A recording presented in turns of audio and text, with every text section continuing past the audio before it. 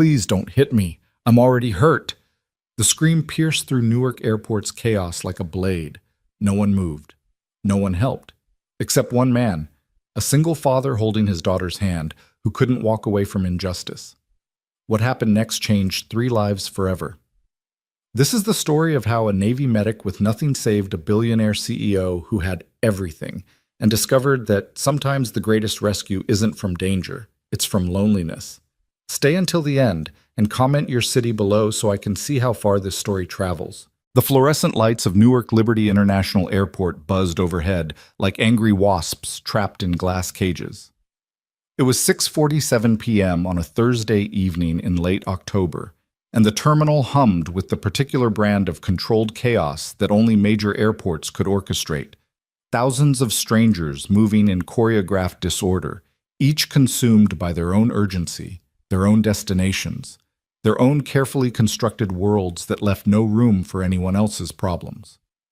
Jack Miller stood near gate C-47, one hand wrapped protectively around his daughter Sophie's small shoulder, the other clutching 2 boarding passes that were rapidly becoming worthless pieces of paper. The departures board flickered again, and another flight status changed from delayed to canceled. He felt Sophie lean against his leg, her 8-year-old frame radiating the particular exhaustion that came from too many hours in transit and too many broken promises about just a little while longer. "Daddy, I'm hungry," Sophie said softly, her voice barely audible over the announcement system crackling to life with yet another apology for circumstances beyond anyone's control. "I know, baby girl. We'll get you something soon," Jack replied, his voice carrying that gentle steadiness that had comforted wounded Marines in field hospitals from Kandahar to Ramadi. He had the kind of calm that couldn't be taught, only earned through years of holding pressure on wounds while helicopters screamed overhead and men half his age cried for their mothers. At 34, Jack still carried himself with military precision, shoulders back, spine straight, eyes constantly scanning his environment with the situational awareness that never quite left combat medics even years after their discharge. His dark hair was cut short, practical rather than stylish, and his face bore the kind of weathered handsomeness that came from too many sleepless nights and too much responsibility shouldered too young. He wore simple clothes, dark jeans, a gray Henley shirt, and a worn leather jacket that had seen better days but still served its purpose. Sophie, in contrast, was all bright colors and untamed energy barely contained by fatigue. Her curly brown hair was pulled into 2 slightly lopsided pigtails that Jack had attempted that morning with more determination than skill. She wore her favorite purple jacket covered in embroidered butterflies and carried a small backpack decorated with cartoon characters that she refused to let out of her sight. In her arms, she clutched a stuffed rabbit named Mr. Hopscotch, who had been her constant companion since she was 3, since the day her mother had walked out of their lives without a backward glance. Jack didn't think about that anymore. Couldn't afford to. He had a daughter to raise, a job to maintain, and a life to build from the rubble of his failed marriage. He'd been doing fine for 5 years now, more than fine, actually. Sophie was happy, healthy, and thriving despite growing up in a modest apartment in Wilmington with a father who worked double shifts at St. Francis Hospital to make ends meet. They had each other, and that was enough. It had to be enough. "Can we get pizza?" Sophie asked, looking up at him with those wide brown eyes that could melt his resolve faster than summer sun on ice cream. "Let's see what they have that's not airport-priced garbage," Jack said, scanning the terminal. But before he could locate the nearest food court, his attention was caught by a disturbance near the executive lounge entrance. It started as a raised voice, male, angry, with the particular edge of someone used to getting their way through intimidation. Jack's body tensed involuntarily, combat instincts firing before his conscious mind could process what he was hearing. "I said we're leaving now, Rachel. Stop being dramatic." The voice belonged to a man in his early 40s, wearing an expensive charcoal suit that probably cost more than Jack's monthly rent. He had the kind of polished appearance that came from personal trainers, tailored clothing, and the absolute certainty that the world would bend to accommodate him. His hand was wrapped around the upper arm of a woman who was trying, with decreasing success, to pull away from his grip. "Andrew, please, you're hurting me," the woman said, her voice strained but trying to maintain composure. can we just talk about this like adults? We're done talking, Andrew snapped, jerking her forward hard enough that she stumbled in her heels. You've been playing games all week, and I'm finished with it. We're going to get on that private charter I arranged, fly back to San Francisco, and you're going to stop this ridiculous tantrum about needing space or whatever the hell your therapist put in your head. Jack felt Sophie's hand tighten in his. Around them, other travelers were beginning to notice the scene, but in that particular way that modern society had perfected: acknowledgement without engagement, concern without action. People slowed their walking pace, turned their heads slightly, whispered to their companions, but no one intervened. No one wanted to get involved in what might be a domestic situation. No one wanted to make a scene.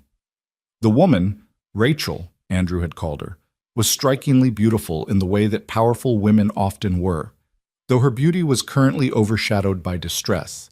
She appeared to be in her early 30s, with dark hair pulled back in what had probably started as an elegant bun, but was now coming loose in wisps around her face. She wore a designer business suit in navy blue, tailored perfectly to her frame, but there was something disheveled about her appearance now. Her blouse partially untucked, her jacket askew, and most notably, the way she was favoring her left arm.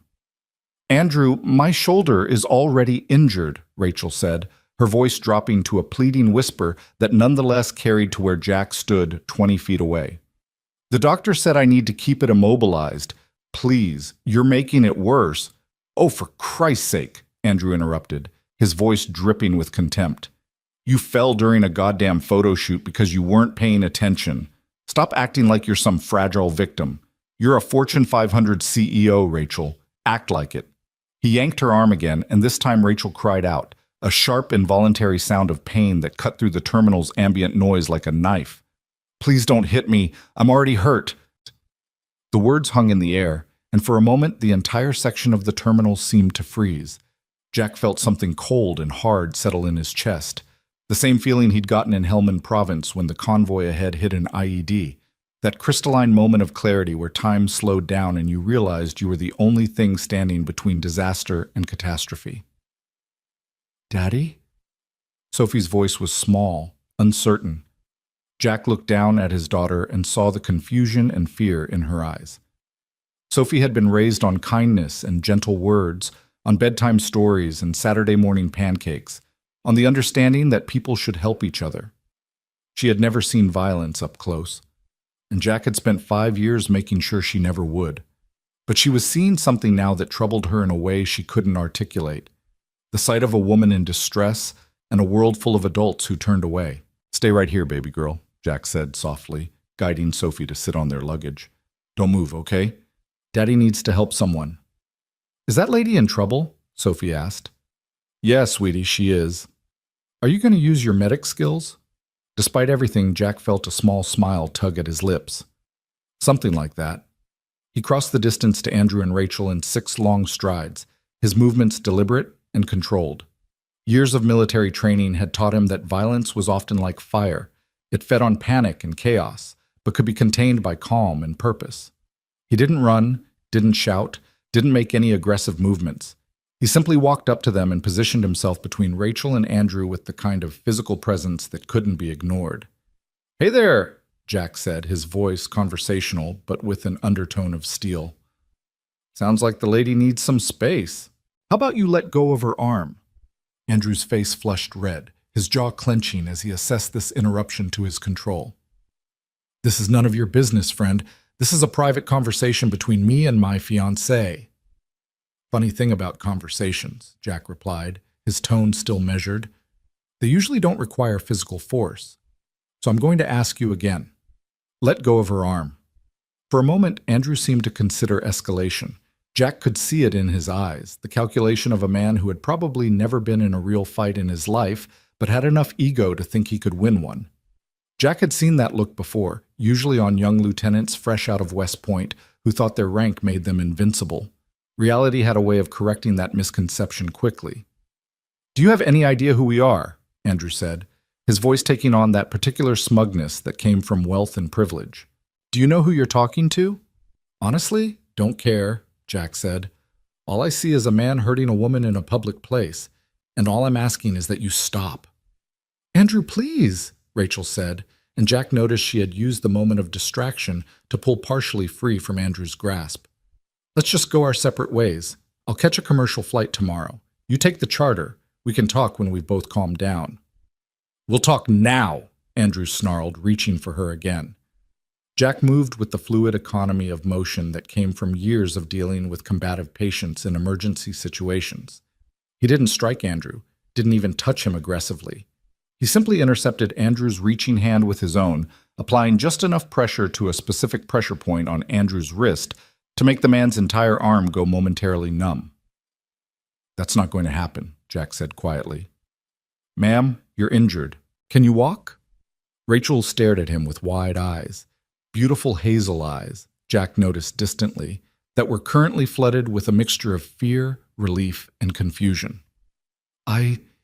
Yes, I can walk. Then I suggest you step over here behind me, Jack said, maintaining his grip on Andrew's wrist while using his body as a barrier. Sir, I'm going to let go now, and you're going to walk away. Nobody needs to get hurt here. You're assaulting me, Andrew spat. I'll have you arrested. Security! As if summoned by the magic word, 2 airport security officers were already approaching, having been alerted by witnesses who had apparently found it easier to report the situation than to intervene directly. What's going on here? The larger of the 2 security officers asked, his hand resting on his radio. Andrew immediately shifted gears, his face transforming from rage to wounded innocence. Officer, thank God. This man just attacked me unprovoked. I was having a private conversation with my fiancé, and he physically assaulted me. That's not what happened, came a voice from behind them. Jack turned to see an older woman in a business suit stepping forward. I saw the whole thing. That man in the expensive suit was hurting her. She pointed at Rachel. He was dragging her through the terminal, and she was crying out that he was hurting her. This gentleman stepped in to help. That's what I saw too, another voice chimed in, a younger man with headphones around his neck. Dude in the suit was being aggressive as hell. This guy just broke it up. More voices joined in, and Jack realized that while no one had been willing to physically intervene, plenty of people had been watching and recording on their phones. In the age of viral videos and social media justice, sometimes the cavalry arrived in the form of digital witnesses. The security officer turned to Rachel. Ma'am, are you all right? Do you need medical attention? Rachel seemed to struggle with the answer, her eyes flicking between Andrew, Jack, and the growing crowd of onlookers. Jack could see the calculation happening behind her eyes, the weighing of truth against consequence, of momentary safety against long-term complications. I'm fine, she said finally, her voice steadier than it had been moments before. Just a misunderstanding between my fiancé and myself. Nothing to worry about. Rachel, Jack started, then stopped himself. He wasn't her savior. He was just a bystander who couldn't walk away. If she wanted to go back to this man, if she wanted to minimize what had just happened, that was her choice. He'd seen it before with domestic situations, the victim protecting the abuser, minimizing the harm, making excuses. It made him sick, but he understood it. Leaving was sometimes harder than staying. Ma'am, with all due respect, the security officer said, his tone gentler now. We have multiple witnesses saying this man was physically hurting you. Even if you don't want to press charges, we need to file a report, and I'm going to have to ask you both to come with us to answer some questions. That won't be necessary, Andrew said smoothly, his composure returning now that he felt he had regained control of the situation. We're leaving. Our private charter is waiting. Come on, Rachel. Actually, sir, you're not going anywhere until we sort this out, the second security officer said, moving to block Andrew's path. And I'm going to need to see some identification from both of you. The situation escalated quickly from there. Andrew's smooth veneer cracked as he realized he wasn't going to simply walk away. His voice rose, threats about lawyers and lawsuits flew, and within minutes, the local police had been called to supplement airport security. Rachel stood frozen in the middle of it all, looking like a deer caught in headlights, her injured shoulder held carefully against her body. Jack started to back away, intending to return to Sophie and let the authorities handle the situation. He'd done what he could. But as he turned, Rachel's voice stopped him. Wait. She moved toward him, stumbling slightly in her heels. I'm sorry, I didn't get your name. Jack Miller, ma'am. He extended his hand carefully, aware of her injury, She took it with her good hand, and her grip was surprisingly firm despite the tremor running through her. Rachel Morgan, thank you for stepping in. You didn't have to do that. Yeah, I did, Jack said simply. You were hurt and asking for help. That's all that mattered. Rachel's eyes glistened with unshed tears. Most people just walked by. I could see them looking, but no one... Her voice broke slightly. No one stopped. I know, Jack said quietly. People get scared. Don't want to get involved, but that doesn't make it right. Sir? One of the police officers approached. I'm going to need to get a statement from you as well. Won't take long. Jack nodded, then looked back toward where he'd left Sophie. His daughter was sitting exactly where he'd told her to stay, but her face was anxious, her eyes locked on him. He raised a hand to wave at her, trying to communicate that everything was okay. The next hour was a blur of questions, statements, and witness accounts. Andrew was detained for questioning, his threats about lawyers growing more shrill as the reality of the situation sank in. Rachel gave her statement in a quiet, controlled voice, carefully omitting certain details but no longer minimizing what had happened. Jack learned she was Rachel Morgan, CEO of Morgan Technologies, a name even he recognized from business news segments he half-watched while making dinner. She was wealthy, powerful, and apparently engaged to Andrew Koufax, who served as her company's chief financial officer. Small world, Jack muttered to himself when he overheard this information. The billionaire CEO and the single dad Navy medic, not exactly social circles that typically overlapped. By the time the police were finished with statements, it was nearly 9 p.m. Sophie had been brought over by a kind TSA agent who had given her a bag of pretzels and let her color with markers in the security office. She was tired, hungry, and confused, but she lit up when she saw Jack. Daddy! She ran to him and he caught her up in his arms, breathing in the familiar scent of her strawberry shampoo. Hey, baby girl, I'm sorry that took so long.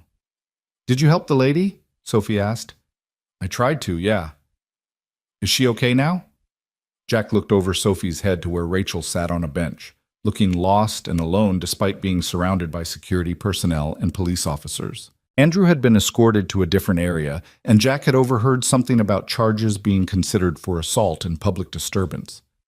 I don't know, sweetheart, Jack said honestly. I hope so. Can we go home now? I'm really hungry. Jack checked his phone and saw 17 missed calls from work, along with a text from his supervisor asking if he was okay. Their flight had been canceled hours ago due to the incoming storm, and all other flights were grounded until morning at the earliest. Yeah, we can go home, Jack said, making the decision quickly. They'd been supposed to fly to Baltimore for a long weekend with his sister's family, but that plan was shot now. Let's get out of here and find some real food.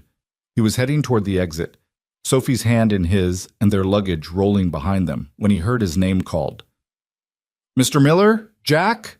He turned to find Rachel hurrying toward him, her heels clicking on the polished floor. She'd retrieved her coat and purse from somewhere, and she looked more composed now, though her face was pale and her eyes were shadowed with exhaustion. Ms. Morgan, Jack said, stopping. You okay? She paused, seeming to struggle with the words. I don't have anywhere to go tonight. My flight is canceled, and Andrew, he booked everything. The hotel reservations are in his name. The charter flight was his arrangement. I can't... Her voice wavered. I can't go back to those places. Not now, not after all this. And I just realized I left my phone in Andrew's briefcase when we were arguing earlier, so I can't even call my assistant or... She stopped, taking a shaky breath. Jack watched her carefully, his medic's eye noting the signs of shock settling in. The pale skin, the trembling hands, the rapid breathing barely held in check. Ma'am, I think you need to sit down, Jack said gently. When's the last time you ate something? Rachel blinked at him. I had coffee this morning, I think. There was a breakfast meeting, but I didn't eat because Andrew was upset about the board presentation and... She stopped again, seeming to realize how ridiculous she sounded. I haven't eaten today. At all. Okay, Jack said, making another quick decision that his more cautious self would probably question later. Here's what's going to happen. You're going to come with us, get some food in you, and figure out your next move. You're in shock, you're injured, and you need to take care of yourself before you make any big decisions. Rachel stared at him. You're inviting me. Where exactly? To get dinner first, then. Jack trailed off, realizing the complication. Do you have access to any credit cards that aren't connected to Andrew? I have my business card, Rachel said slowly. But the storm, I heard them say all the hotels near the airport are booked solid because of the cancellations.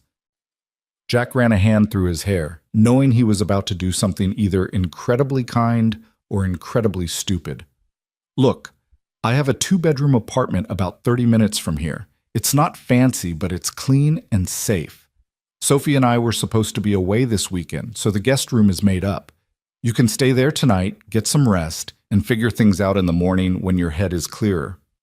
He watched Rachel's face cycle through a series of emotions: surprise, suspicion, calculation, and finally something that looked like desperate hope mixed with shame at being in a position to need such an offer. I couldn't possibly, she started. Sure you can, Jack interrupted. Look, Miss Morgan, Rachel, please. Rachel, Jack corrected. I'm a father, a medic, and I live a pretty boring life. I'm not a threat to you. You need a safe place tonight, and I'm offering one. No strings, no expectations. Tomorrow morning, you make some calls, get your life sorted out, and go on your way. But tonight, you need food, rest, and to get that shoulder looked at properly. The doctor said it's just a bad sprain, Rachel said automatically, from falling during a photo shoot last week. Jack said, his tone making it clear he knew exactly what kind of fall she was talking about. And I bet that doctor told you to keep it immobilized and avoid any further trauma to the area, right? Rachel's silence was answer enough. Sophie tugged on Jack's sleeve. Daddy, is the pretty lady going to have dinner with us? Rachel's face softened as she looked down at Sophie for the first time. Hi there, she said gently. What's your name? Sophie Marie Miller, Sophie announced proudly. I'm 8 years old, and I'm in 3rd grade. I'm good at math and reading, but I don't like social studies very much because it's boring. Mr. Hopscotch thinks so too. She held up her stuffed rabbit. It's very nice to meet you, Sophie, Rachel said, and Jack saw her expression shift into something more genuine, less guarded. Mr. Hopscotch is very handsome. He's a boy rabbit, Sophie explained seriously. Daddy won him for me at a carnival when I was 3.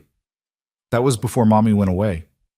Jack winced internally at Sophie's casual mention of her mother, but Rachel handled it with grace, simply nodding as if this were perfectly normal information to share with a stranger in an airport.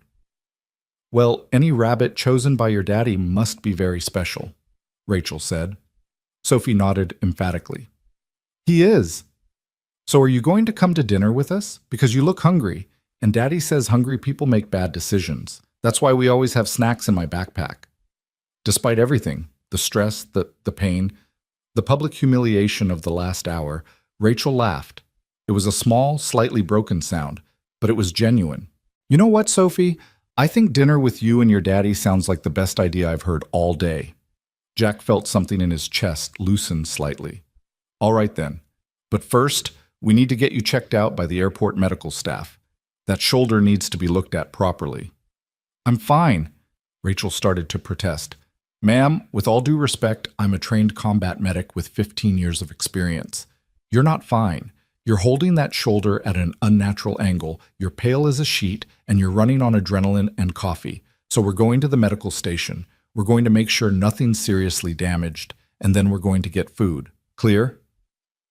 There was something in Jack's voice, not unkind, but absolutely firm, that made it clear this wasn't a negotiation. It was the same tone he'd used with wounded Marines who insisted they were fine to keep fighting despite bleeding through their uniforms. Rachel studied him for a long moment, and Jack got the sense she wasn't used to being told what to do. But finally, she nodded. Clear, she said softly. The airport medical station was a small, sterile room staffed by a bored-looking physician's assistant who perked up at the prospect of an actual patient. Jack stood by while Rachel was examined, Sophie sitting in a chair and swinging her legs while she hummed to herself. Moderate sprain of the AC joint, the PA concluded after a thorough examination and some basic range of motion tests. Someone's been aggravating it. I'm going to give you a proper sling, some ice packs, and a prescription for anti-inflammatories. You need to keep this immobilized for at least a week, preferably 2. No lifting, no repetitive motion, and for God's sake, no one should be grabbing or pulling on this arm. Understood, Rachel said quietly. I'm serious, the PA continued. You keep re-injuring this, and you're going to be looking at surgery and months of physical therapy. Take care of it now or pay for it later. They left the medical station with Rachel properly slung and carrying a small bag of ice packs. Jack's car, a slightly battered Honda Civic that had seen better days but still ran reliably, was in the long-term parking lot. The drive home was quiet, with Sophie dozing in the back seat and Rachel staring out the window at the storm clouds rolling in. I should tell you, Rachel said suddenly, breaking the silence, I'm not a damsel in distress. What you saw tonight, that's not who I am. I built a billion-dollar company from scratch. I have an MBA from Stanford. I've given keynote speeches to tens of thousands of people. I'm not some weak woman who needs rescuing. Jack kept his eyes on the road. Never thought you were. Strong people can still need help sometimes. Doesn't make you weak, just makes you human. Andrew and I, it's complicated. We've been together for 3 years, business partners for 5. He's not usually like this. It's just been stressful lately with the merger negotiations and the board pressure, and you don't have to explain yourself to me, Jack interrupted gently. Not tonight. Tonight, you just need to rest. Rachel fell silent again, and when Jack glanced over at a red light, he saw tears sliding silently down her cheeks. She didn't make a sound, didn't sob or gasp, just silent tears that spoke of exhaustion and relief and shame all mixed together. His apartment was in a modest complex in a working-class neighborhood, not dangerous but not upscale either, the kind of place where families scraped by and neighbors looked out for each other because everyone understood what it meant to struggle. Jack carried Sophie inside first, her head on his shoulder, and then returned to help Rachel with her minimal luggage, just the designer purse and coat she'd been carrying. Welcome to Casa Miller, Jack said, unlocking the door to a small 2-bedroom apartment. It's not much, but it's home. Rachel stepped inside and looked around with visible surprise. Whatever she'd been expecting, bachelor squalor, perhaps, or utilitarian bleakness, it wasn't what she found. The apartment was small but meticulously organized. The furniture was secondhand but well-maintained. The walls were covered with Sophie's artwork, crayon drawings, watercolor paintings, school projects. A small bookshelf held a combination of medical textbooks, military thrillers, and children's books. The kitchen was spotless, and Jack noticed Rachel's gaze linger on the refrigerator, which was covered in Sophie's spelling tests and math homework, all marked with perfect scores and teacher comments like, "Wonderful work," and "Sophie is such a joy in class." "I'm going to put Sophie to bed," Jack said, hefting his daughter's sleeping form. "Guest room is through there." He nodded toward a door off the living room. "Bathroom's attached. Clean towels are in the cabinet. Make yourself comfortable. I'll be out in a few minutes, and we'll order some food." He disappeared down the hallway, and Rachel was left alone in the small living room. She moved slowly, taking in the details of this stranger's life. There were no photos of Sophie's mother anywhere. Rachel had already noticed that. But there were dozens of photos of Sophie herself, charting her growth from a chubby toddler to the bright-eyed 8-year-old she was now. In some of the photos, Jack wore a Navy uniform, looking younger and harder-edged. There was a shadow box on the wall containing military medals and commendations, including a Purple Heart. Rachel sank down onto the couch, suddenly overwhelmed by the sheer normalcy of it all. This was what a home looked like, not the sterile perfection of her penthouse in San Francisco, where every piece of furniture was designer-selected and every surface was maintained by a cleaning service. This was lived-in, loved-in space. This was real. She didn't realize she was crying again until Jack reappeared from Sophie's room and handed her a box of tissues without comment. "Sorry," Rachel said, wiping her eyes. I'm not usually like this. Like I said, you're in shock. It's okay to fall apart a little." Jack settled into an armchair across from her. "So, food. What sounds good? There's a decent Italian place that delivers, or Chinese, or if you want something lighter, there's a Mediterranean place that does great salads and grilled chicken." "I don't care," Rachel said honestly. "Anything, everything. God, I'm starving." Jack pulled out his phone and started placing an order. "Any allergies I should know about?" Dietary restrictions? No. Well, I usually avoid carbs and gluten, but Rachel stopped herself, hearing how ridiculous that sounded. Never mind. Tonight, I don't care. Order whatever's good. Jack ordered enough food for a small army: pasta, chicken, salad, bread, soup. Leftovers, he explained when he saw her raised eyebrow. Sophie and I will eat it for the next few days. Plus, I've learned that when people say they're not hungry, they usually end up eating more than they expect once food appears. While they waited for the delivery, Jack made tea, actual tea in actual mugs, not the fancy loose-leaf stuff Rachel usually drank, but cheap tea bags from the grocery store that somehow tasted perfect. He also brought out the ice packs from the medical station and helped Rachel position them properly on her shoulder. "You're good at this," Rachel observed, watching him work with practiced efficiency. 15 years of practice, Jack said. Navy medic for 10 years, emergency room trauma nurse for the last 5. Taking care of people is pretty much all I know how to do. "Why did you leave the Navy?" Rachel asked, then immediately shook her head. "Sorry, that's none of my business." "It's fine," Jack said, settling back into his chair. Sophie's mom left when Sophie was 3. She wasn't cut out for military life. Too much moving, too much uncertainty, too much me being deployed. One day I came back from a 9-month tour in Afghanistan, and she was just gone. Left divorce papers and a note saying she couldn't do it anymore. Didn't want custody, didn't want visitation, just wanted out. "I'm sorry," Rachel said softly. Jack shrugged. "Took me a while to stop being angry about it. But honestly, Sophie's better off. Her mom wasn't happy, and kids can sense that. Now it's just me and Sophie, and we make it work. I took an early discharge, moved to a place where I could give her stability, got a job that has regular hours. It's not the life I planned, but it's a good life." "She's lucky to have you," Rachel said. "I'm lucky to have her," Jack corrected. "She's the best thing that ever happened to me. Everything I do is for her." The food arrived, and they spread it out on Jack's small dining table. Rachel discovered she was absolutely ravenous and made her way through pasta, chicken, salad, and half a loaf of garlic bread with an enthusiasm that would have mortified her in any other circumstance. But Jack didn't judge, didn't comment, just kept refilling her water glass and making sure she ate slowly enough not to make herself sick. "When's the last time you just sat and ate a meal?" Jack asked at one point. Rachel had to think about it. "I honestly don't remember. Business lunches, maybe? But those are all about networking and deal-making. I usually pick at a salad while everyone else talks. Dinners are usually the same, or I eat at my desk while reviewing reports." "That's not eating," Jack said. "That's just fuel consumption. There's a difference." "Is there?" Rachel asked, genuinely curious. "Yeah," Jack said, gesturing to the table between them. "This is eating, sitting down, taking your time, actually tasting the food. No phones, no TV, no distractions, just the act of nourishing yourself. Sophie and I do this every night. It's our rule, dinner together, no matter what." Rachel looked at the simple meal spread between them and felt something crack inside her chest. "I've forgotten how to do this," she said quietly. "I've forgotten how to just be." "It's not too late to remember," Jack said. They talked late into the night, or rather, Rachel talked and Jack listened.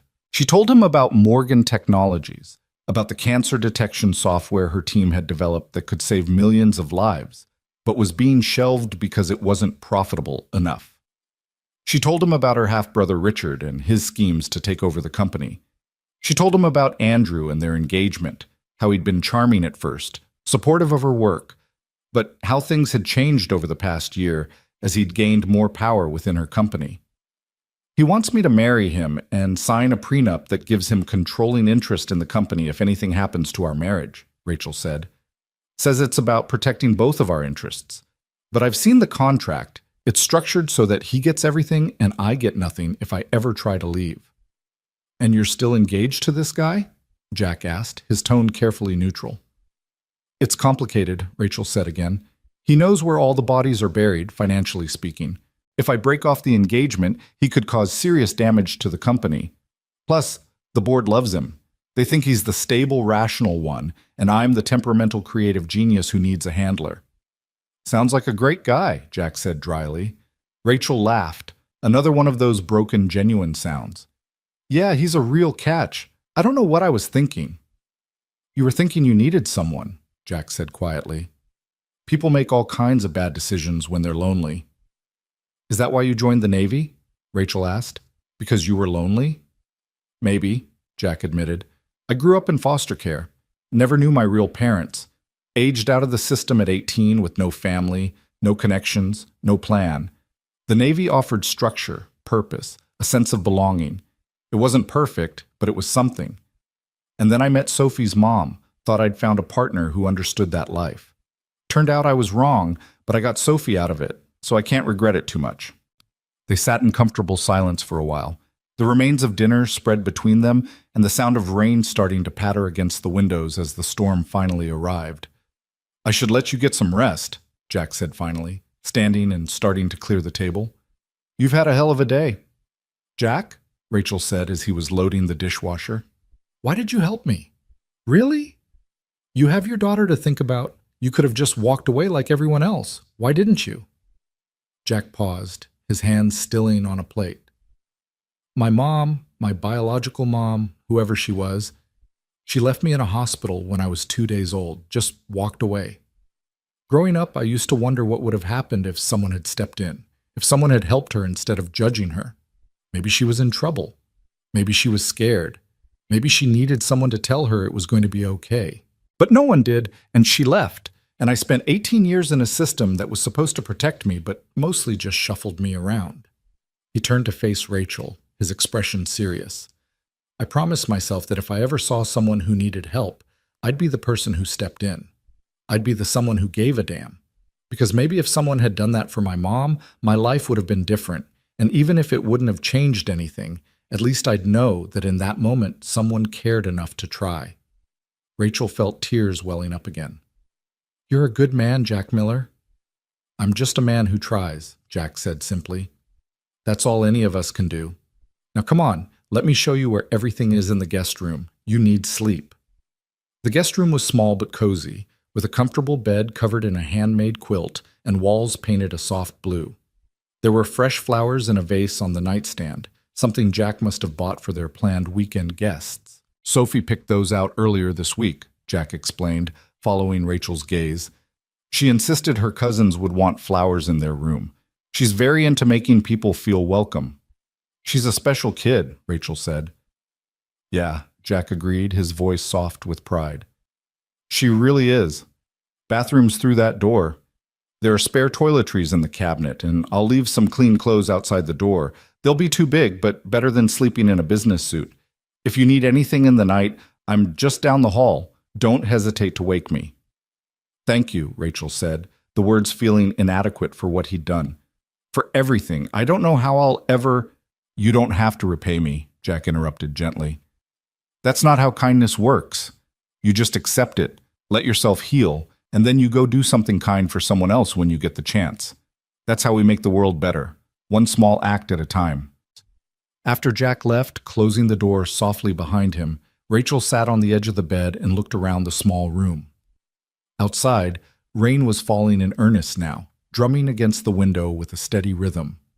In the distance, she could hear the sound of Jack moving around the apartment, locking doors, turning off lights, settling in for the night.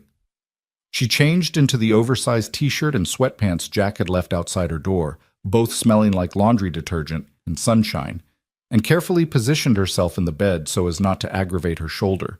The sheets were soft and worn, the blanket heavy and warm. The pillow smelled like lavender, probably from one of those sachets people put in linen closets. Rachel Morgan, CEO of a billion-dollar tech company, lay in a stranger's guest room in a modest apartment in a working-class neighborhood and felt safer than she had in years. Not because of locks on the doors or security systems, but because of something more fundamental, the presence of someone who had chosen kindness over convenience, action over apathy. She thought about Andrew, probably sitting in an airport security office answering questions and plotting his revenge. She thought about her company, her empire, all the things she'd built and sacrificed for. She thought about the life she'd constructed so carefully, the penthouse, the wardrobe, the carefully curated public image of the brilliant, unflappable CEO who had it all together. And then she thought about Jack, washing dishes in his small kitchen before checking on his sleeping daughter. She thought about Sophie, who had welcomed a stranger with open arms because that's what her father had taught her, that people deserved kindness. She thought about the apartment full of crayon drawings and perfect spelling tests and photos of a family of two who had made a home out of love rather than luxury. For the first time in years, Rachel let herself cry, really cry. Not the controlled tears she'd allowed herself earlier, but deep, shaking sobs that came from somewhere in her chest she'd forgotten existed. She cried for the girl she used to be before she learned that success meant sacrificing everything else. She cried for the woman she'd become, so focused on building an empire that she'd forgotten to build a life. She cried for all the choices she'd made that had led her to a moment where a stranger's kindness felt more real than anything in her carefully constructed world. And somewhere in the middle of those tears, exhaustion overtook her, and Rachel fell asleep in a stranger's guest room with rain falling outside and the knowledge that tomorrow she would have to face all the complications of her real life. But tonight, just for tonight, she was safe. Down the hall, Jack checked on Sophie one more time, adjusting her blankets and removing Mr. Hopscotch from where he'd fallen onto the floor. His daughter slept peacefully, dreaming whatever dreams 8-year-olds dreamed. He stood in her doorway for a long moment, watching her breathe, feeling the weight of everything she'd witnessed that evening. Tomorrow, he'd need to talk to her about what had happened at the airport. He'd need to explain, in age-appropriate terms, about how sometimes adults made bad choices and how important it was to help people even when it was uncomfortable. He'd need to make sure this experience didn't traumatize her or make her afraid of the world. But tonight, he just watched his daughter sleep and thanked whatever powers existed in the universe that she was his, this bright, kind, fearless little girl who saw the best in people and believed that helping others was simply what you did. Jack closed Sophie's door quietly and returned to the living room, where he sank into his armchair and finally allowed himself to think about the day's events. He'd probably overstepped. Taking in a stranger, even one in obvious distress, was risky. He'd exposed Sophie to a situation that could have been dangerous. He'd inserted himself into problems that weren't his own. But looking at the empty plates on the table, remembering the look of genuine peace that had crossed Rachel's face when she'd laughed at Sophie's jokes, thinking about how she'd cried in relief when someone had finally just offered her a safe place to rest, Jack couldn't regret it. This was who he was.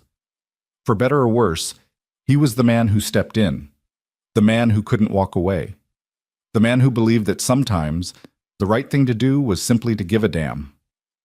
Outside, the storm settled in for the night, rain falling steady and soft.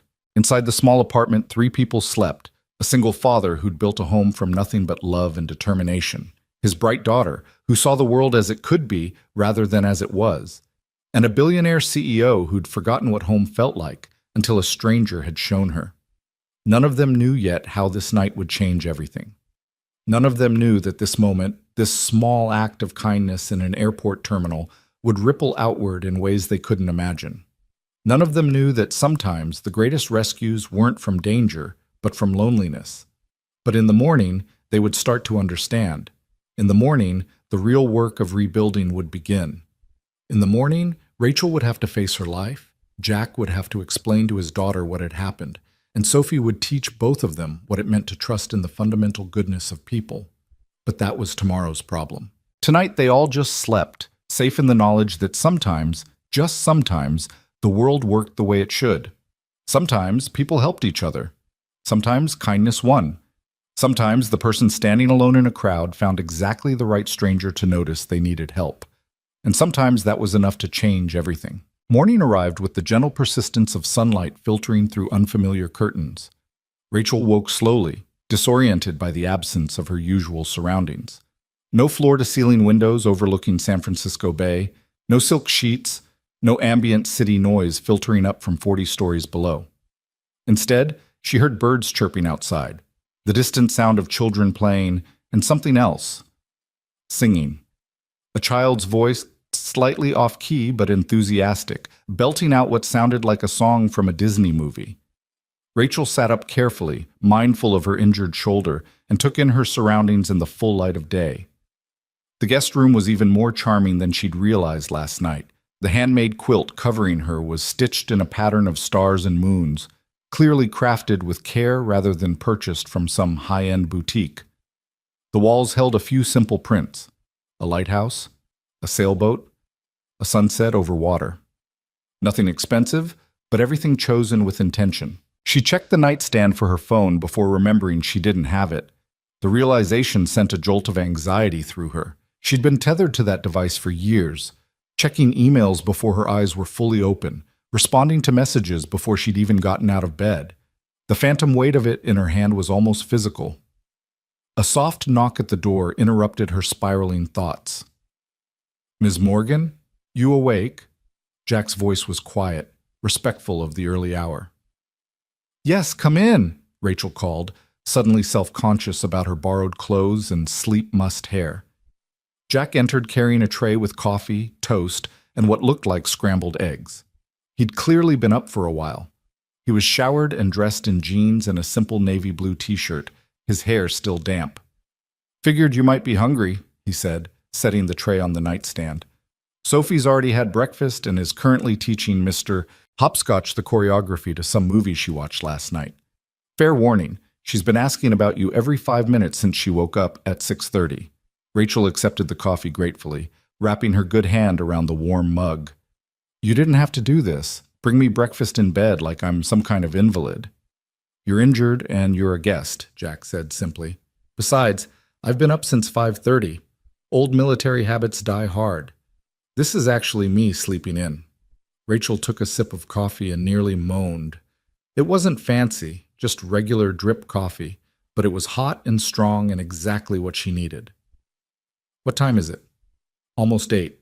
I called the hospital and told them I needed a personal day. They weren't happy about it, but they'll manage. Figured you might need some help sorting things out this morning." Jack leaned against the doorframe, his posture relaxed, but his eyes assessing her with that medic's attention to detail. "How's the shoulder?" "Sore," Rachel admitted, "but better than yesterday." The ice helped. "Good. I've got more ice packs ready when you need them, and your prescription should be ready for pickup at the pharmacy down the street. But first, we need to figure out your immediate situation. Do you need to make any calls? I can lend you my phone." The thought of calling anyone filled Rachel with an exhaustion that had nothing to do with sleep. "I should call my assistant, Laura. Let her know I'm okay. She's probably been trying to reach me since yesterday." "Probably been seeing news coverage too," Jack said carefully.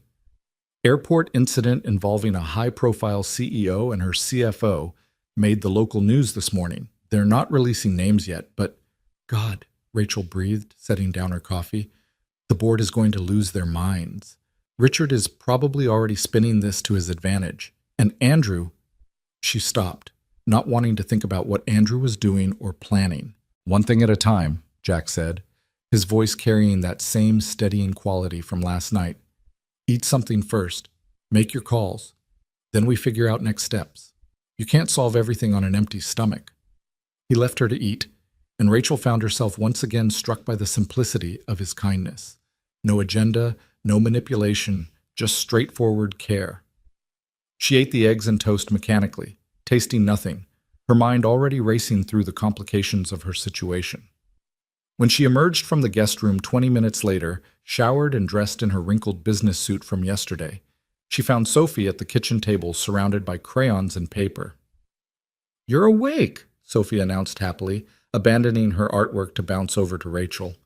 "Daddy said you needed to sleep because you had a very hard day yesterday. Did you sleep good? Do you like pancakes?" "Daddy makes really good pancakes on Saturdays, but today's Friday, so we had eggs. But tomorrow we can have pancakes if you're still here. Are you still going to be here tomorrow?" "Sophie, breathe," Jack called from where he was loading the dishwasher. "Give Ms. Morgan a chance to wake up fully before you interrogate her." "I'm not Sophie struggled with the word. "Interrogating," Jack supplied. "I'm not that.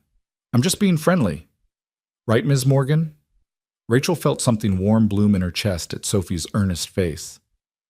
"You're being very friendly, Sophie, and yes, I slept very well, thank you. Your guest room is lovely." "Daddy made it nice for when people visit," Sophie explained, tugging Rachel toward the table to show off her drawings. "But people don't visit very much because Daddy works a lot, and I have school and activities. But sometimes Aunt Marie and Uncle Tom come with my cousins, and that's who was supposed to visit this weekend, but the storm canceled their flight. That's why Daddy's home today, because we were supposed to be away. I see, Rachel said, studying the drawings spread across the table. They were surprisingly good for an 8-year-old. Detailed pictures of flowers, houses, and what appeared to be superhero characters. These are beautiful, Sophie. You're very talented. Sophie beamed. Thank you. I like to draw. Daddy says I get it from my mom, but I don't really remember her very much. She left when I was little. But that's okay because Daddy says some people aren't meant to be parents, and the people who stay are the ones who really love you. Rachel's eyes flicked to Jack, who was carefully not looking at them, focused intently on wiping down the already clean counter. She wondered how many times he'd had to explain his ex-wife's abandonment to his daughter, how many times he'd had to spin a painful truth into something a child could understand without feeling rejected. Your daddy is very wise, Rachel said softly. I know, Sophie agreed matter-of-factly. He's the smartest person I know, except maybe for my teacher, Mrs. Patterson, but she's really old, so she's had more time to learn things. Daddy, can Miss Morgan stay for pancakes tomorrow? That's up to Miss Morgan, baby girl. She has her own life to get back to. Rachel looked between father and daughter and felt the weight of her real world pressing in. I should probably head back to San Francisco today. I have a lot to sort out. Do you have to? Sophie's face fell. I was going to show you my room. I have a telescope that Daddy got me for my birthday, and I know all the constellations. Well, not all of them, but most of the important ones. And Mr. Hopscotch really likes you. He doesn't usually like new people, but he told me this morning that you're nice. Sophie, Jack said gently, Ms. Morgan is a very busy lady. She runs a huge company with lots of people depending on her. But you said yesterday that helping people is more important than being busy, Sophie protested. And Miss Morgan needs help because that mean man was hurting her. So shouldn't we keep helping? Rachel felt her throat tighten at the simple logic of a child who saw the world in such clear terms. People needed help, so you helped them. There were no calculations about inconvenience or risk, no weighing of obligations against desires, just pure, uncomplicated compassion. Sophie has a point, Jack said, and Rachel caught the hint of a smile playing at his lips. Though I think what she's really saying is that she likes having you here and isn't ready to say goodbye yet. Is it okay to say that? Sophie asked, looking worried. Daddy always says I should be honest about my feelings, but also that I shouldn't make people feel bad.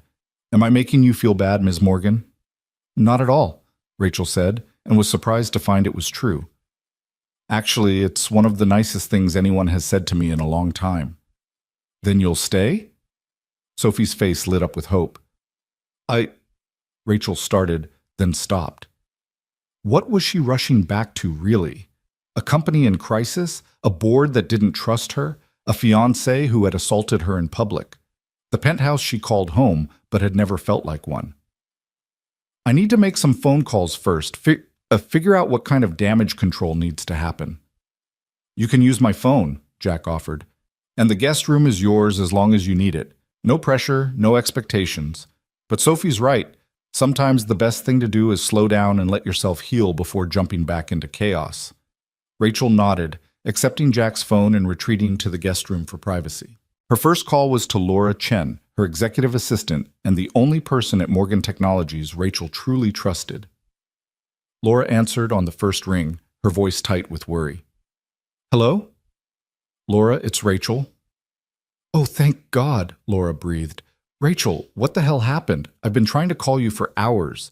There are reports about some incident at Newark Airport, and when you didn't show up for this morning's conference call with the Tokyo investors, everyone started freaking out. Richard's been in my office 3 times asking where you are, and Andrew... She paused. Andrew's lawyers called. They're claiming you had some kind of breakdown and that Andrew was trying to help you when you became violent. Rachel closed her eyes, feeling the walls closing in. Of course Andrew would spin it that way. Of course he'd get ahead of the narrative. Laura, I need you to listen carefully. I'm fine, physically, I mean. But I need you to do something for me, and I need you to do it quietly. Anything, you know that. I need you to pull all of Andrew's financial transactions through the company for the last 18 months. Not the public-facing stuff, the actual detailed records. Expense reports, wire transfers, consulting fees, everything. and I need you to look specifically for anything involving Richard or any of the board members who've been pushing for the merger with K-Fax Tech." There was a pause on the other end of the line. "Rachel, if you're looking for what I think you're looking for, I need to warn you that Andrew has a lot of protection built into his position. He's CFO. He has board approval for most of his actions. And I know," Rachel interrupted. "But I also know Andrew. He's smart, but he's arrogant. He thinks he's untouchable. He's going to have made a mistake somewhere, left a trail. I need you to find it." "Okay," Laura said slowly. "But Rachel, this is going to take time. And if Andrew finds out I'm digging into his finances, he won't find out. Tell anyone who asks that you're doing routine audit prep. Use your personal laptop, not the company system. And Laura, send everything to my personal email, not the company one. I don't trust that Andrew doesn't have access to it." "Where are you right now? Are you safe?" Rachel looked around the small guest room with its handmade quilt and simple furnishings. "Yeah," she said softly. "Actually, I think I might be safer than I've been in a long time, but I need a few days to think, to figure out my next move. Can you hold down the fort without me?" "Of course, but the board meeting is scheduled for Monday morning. They're going to want answers about what happened at the airport, and if you're not there, Richard is going to use your absence to push his agenda." "Let him," Rachel said, surprising herself with the words. "Let Richard show his hand. Let the board see what he's really after. Sometimes the best way to catch someone in a trap is to let them think they've already won." "That's either brilliant or insane," Laura said. "I'm not sure which." "Maybe both," Rachel admitted. "Laura, I need to ask you something, and I need you to be completely honest with me. If I walked away from all of this, the company, the board, the merger negotiations, what would happen?" Laura was quiet for a long moment. "Honestly, short-term chaos. The stock would take a hit. Richard would probably make his move to take over as CEO. The board would panic. But long-term? Rachel, Morgan Technologies would survive. You built something strong enough to outlast you. The question isn't what would happen to the company. The question is what would happen to you. Who are you if you're not CEO of Morgan Technologies?" The question hit Rachel like a physical blow. Who was she without the title, the power, the constant pressure to perform and succeed? She'd been CEO for so long that she couldn't remember what she'd wanted to be before ambition and necessity had shaped her into this role. "I don't know," Rachel whispered. "I honestly don't know." "Then maybe that's what you need to figure out," Laura said gently. "Take your few days. Do your thinking. I'll handle things here and get you the information you need. But Rachel, whatever you decide, make sure it's what you want, not what you think you're supposed to want. Life's too short to spend it all building someone else's empire." They ended the call, and Rachel sat on the edge of the bed, staring at Jack's phone in her hands. Through the closed door, she could hear Sophie's laughter and Jack's deeper voice responding to something his daughter had said. The sounds of a normal morning, a normal life, something that felt impossibly distant from the world she inhabited. Her next call was to her personal attorney, Michael Reeves, who had represented her through the divorce negotiations with her first husband years ago and had remained on retainer ever since. "Rachel, I've been expecting your call," Michael said without preamble. "I've already heard from Andrew K-Fax's legal team. They're claiming you physically assaulted him at Newark Airport and that he was defending himself. They're threatening to sue for assault and defamation, and they're suggesting that you're mentally unstable and unfit to run the company." "Of course they are," Rachel said tiredly. "Michael, I need you to get ahead of this. There were dozens of witnesses at that airport, and I'm sure several of them recorded what happened on their phones. Andrew was physically assaulting me. He grabbed my injured shoulder and refused to let go when I asked him to. A bystander intervened on my behalf, and airport security was called. Get the police report, get witness statements, get the security footage, build me a case." "I'm already on it," Michael assured her. "But Rachel, I need to tell you something. Andrew's lawyers aren't just threatening a civil suit. They're suggesting that if you try to press charges against him, they'll make this as public and ugly as possible. They'll drag your mental health history into it. The therapy you attended after your mother died, the antidepressants you were briefly prescribed." "I was grieving," Rachel interrupted, anger flooding through her. "My mother had just died of cancer.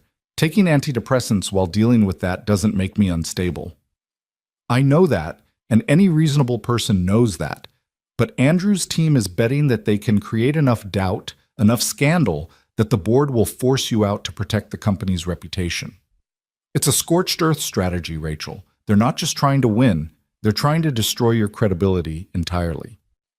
Rachel felt something cold and hard settle in her chest. Then we fight back. I want you to file assault charges against Andrew. I want a restraining order. And I want you to start dissolution proceedings for our engagement. I'm done, Michael. I'm done being threatened and manipulated and told that I'm the problem when I'm the victim. Okay, Michael said, and she could hear the satisfaction in his voice. Now you're talking. I'll get started on the paperwork immediately. But Rachel, you need to be prepared for this to get ugly. Really ugly. Andrew has deep pockets and powerful friends. This isn't going to be a quick, clean break. I don't care, Rachel said, and meant it. I spent 3 years trying to keep the peace, trying to make a toxic relationship work because it was convenient for business. I'm done sacrificing my well-being for convenience, whatever it takes, whatever it costs. I'm done being his victim. After the call ended, Rachel sat in silence for several minutes, letting the magnitude of her decision sink in. She'd just declared war on her fiancé and business partner, potentially jeopardizing her company in the process. It was reckless, possibly suicidal from a business standpoint, but for the first time in years, she felt like she was making a choice based on what was right, rather than what was expedient. A soft knock on the door pulled her from her thoughts. Rachel, everything okay in there? Jack's voice was concerned but not pushy. Yeah, she called back. Can I come out, or do I need to hide in here until I figure out how to fix my life? Pretty sure life fixing happens better with coffee and friendly company, Jack replied. Sophie's making you a welcome card. Fair warning, she's using a lot of glitter. Despite everything, Rachel smiled. She opened the door to find Jack standing in the hallway, his expression understanding in a way that suggested he'd overheard at least part of her conversations. Lawyer and assistant? He asked. Is there anything you don't notice? Years of reading people in high-stress situations, Jack said with a slight shrug. You want to talk about it? Not really, Rachel admitted. I just want to... She stopped, not sure how to finish the sentence. What did she want? I just want to not be CEO Rachel Morgan for a little while. Is that possible? Absolutely, Jack said. In this apartment, you're just Rachel. No titles, no expectations. Just a person taking a break from a complicated life. He gestured toward the living room. Come on, Sophie's about to unveil her masterpiece, and trust me, you don't want to miss the presentation. She's been practicing her speech. In the living room, Sophie had indeed created a card. A piece of construction paper folded in half and covered with glitter, stickers, and crayon drawings. She stood beside the coffee table where she'd displayed it, Mr. Hopscotch tucked under one arm, looking solemn and important. Ms. Morgan, Sophie announced formally, I made you this welcome card because Daddy says that when someone is having a hard time, small kindnesses make big differences. And you're having a hard time, so I wanted to do something kind. She opened the card with a flourish, revealing a drawing of 3 stick figures, one tall, one small, and one medium-sized, standing in front of a house. Above them, Sophie had written in careful letters, Welcome to our home. You are safe here. Love, Sophie and Daddy, and Mr. Hopscotch. Rachel felt tears prick her eyes again. She seemed to be doing that a lot lately, crying. But these weren't tears of despair or exhaustion. They were something else, something she couldn't quite name. This is beautiful, Sophie, Rachel said, accepting the card with her good hand. It's the most beautiful card anyone has ever made me. Really? Sophie's eyes went wide. Even more beautiful than the fancy cards at the store? Especially more beautiful than those, Rachel confirmed, because this one was made just for me, by you. That makes it priceless. Sophie beamed, then surprised Rachel by stepping forward and wrapping her arms around Rachel's waist in a gentle hug, careful to avoid her injured shoulder.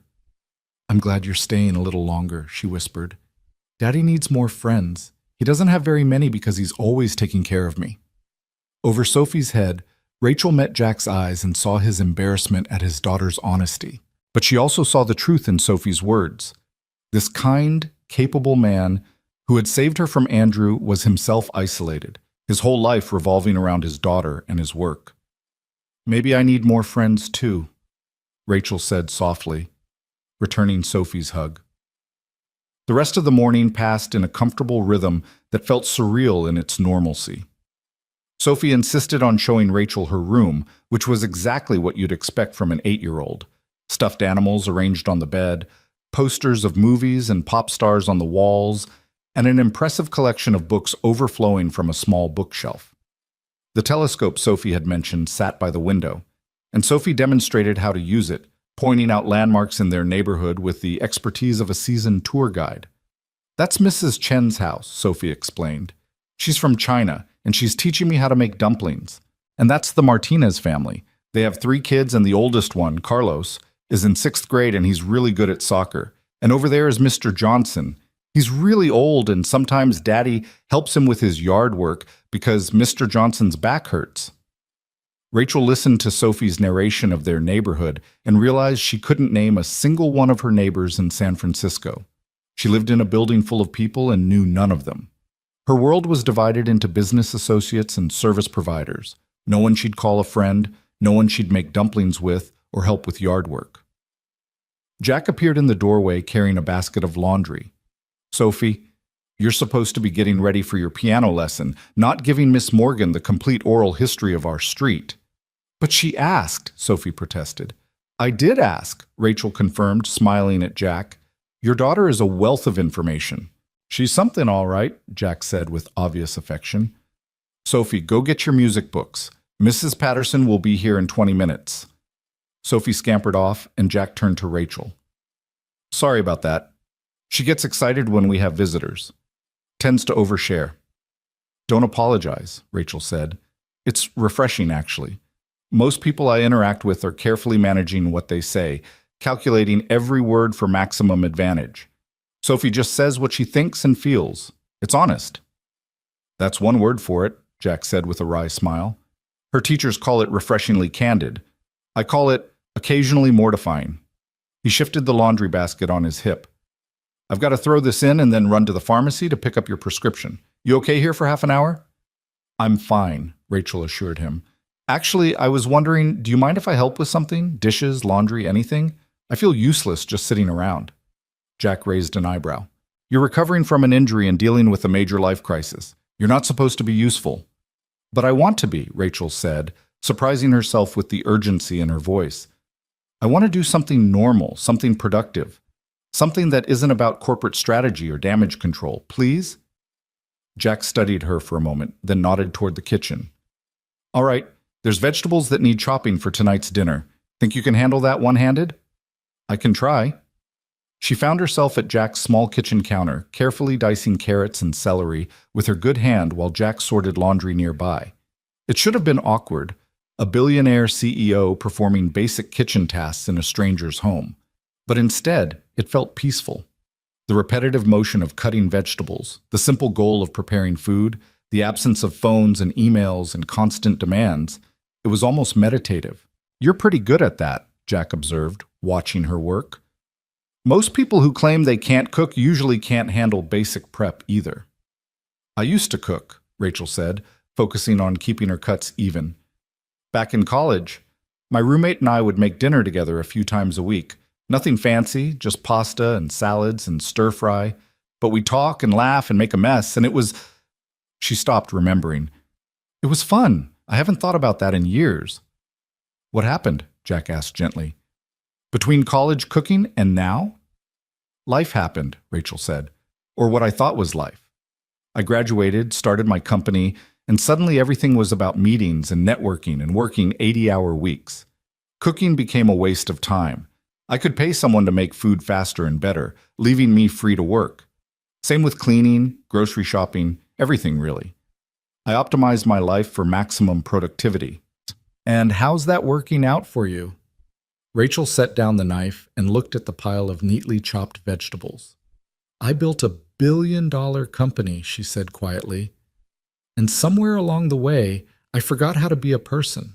I forgot what it feels like to make dinner with friends, to know my neighbors' names, to do something just because it's pleasant rather than because it advances some goal."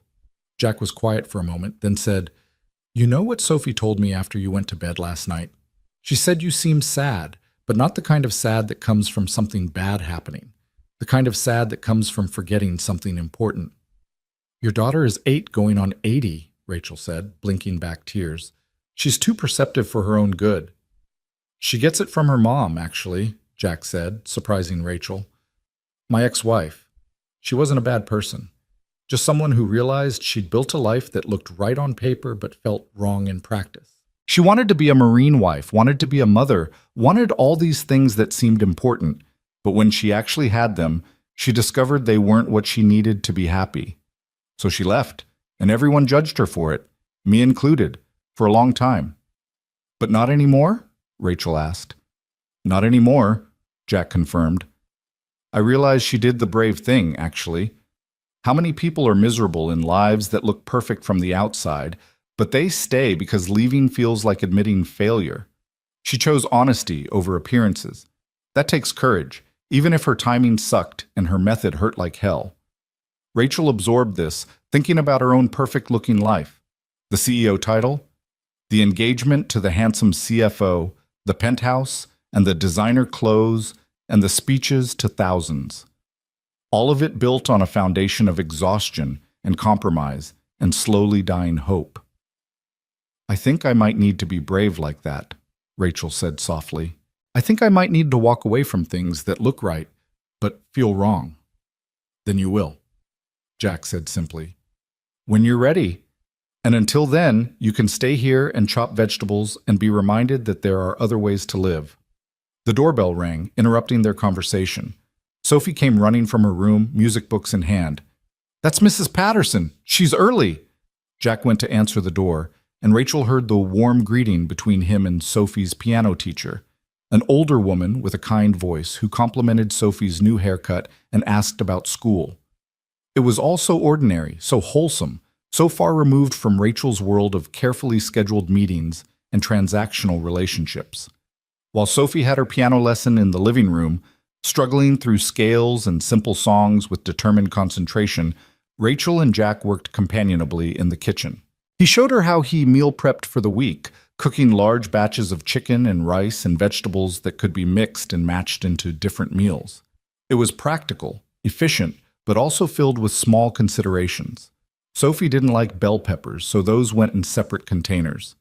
Jack added extra spices to his portions, but kept Sophie's bland because she was still developing her palate.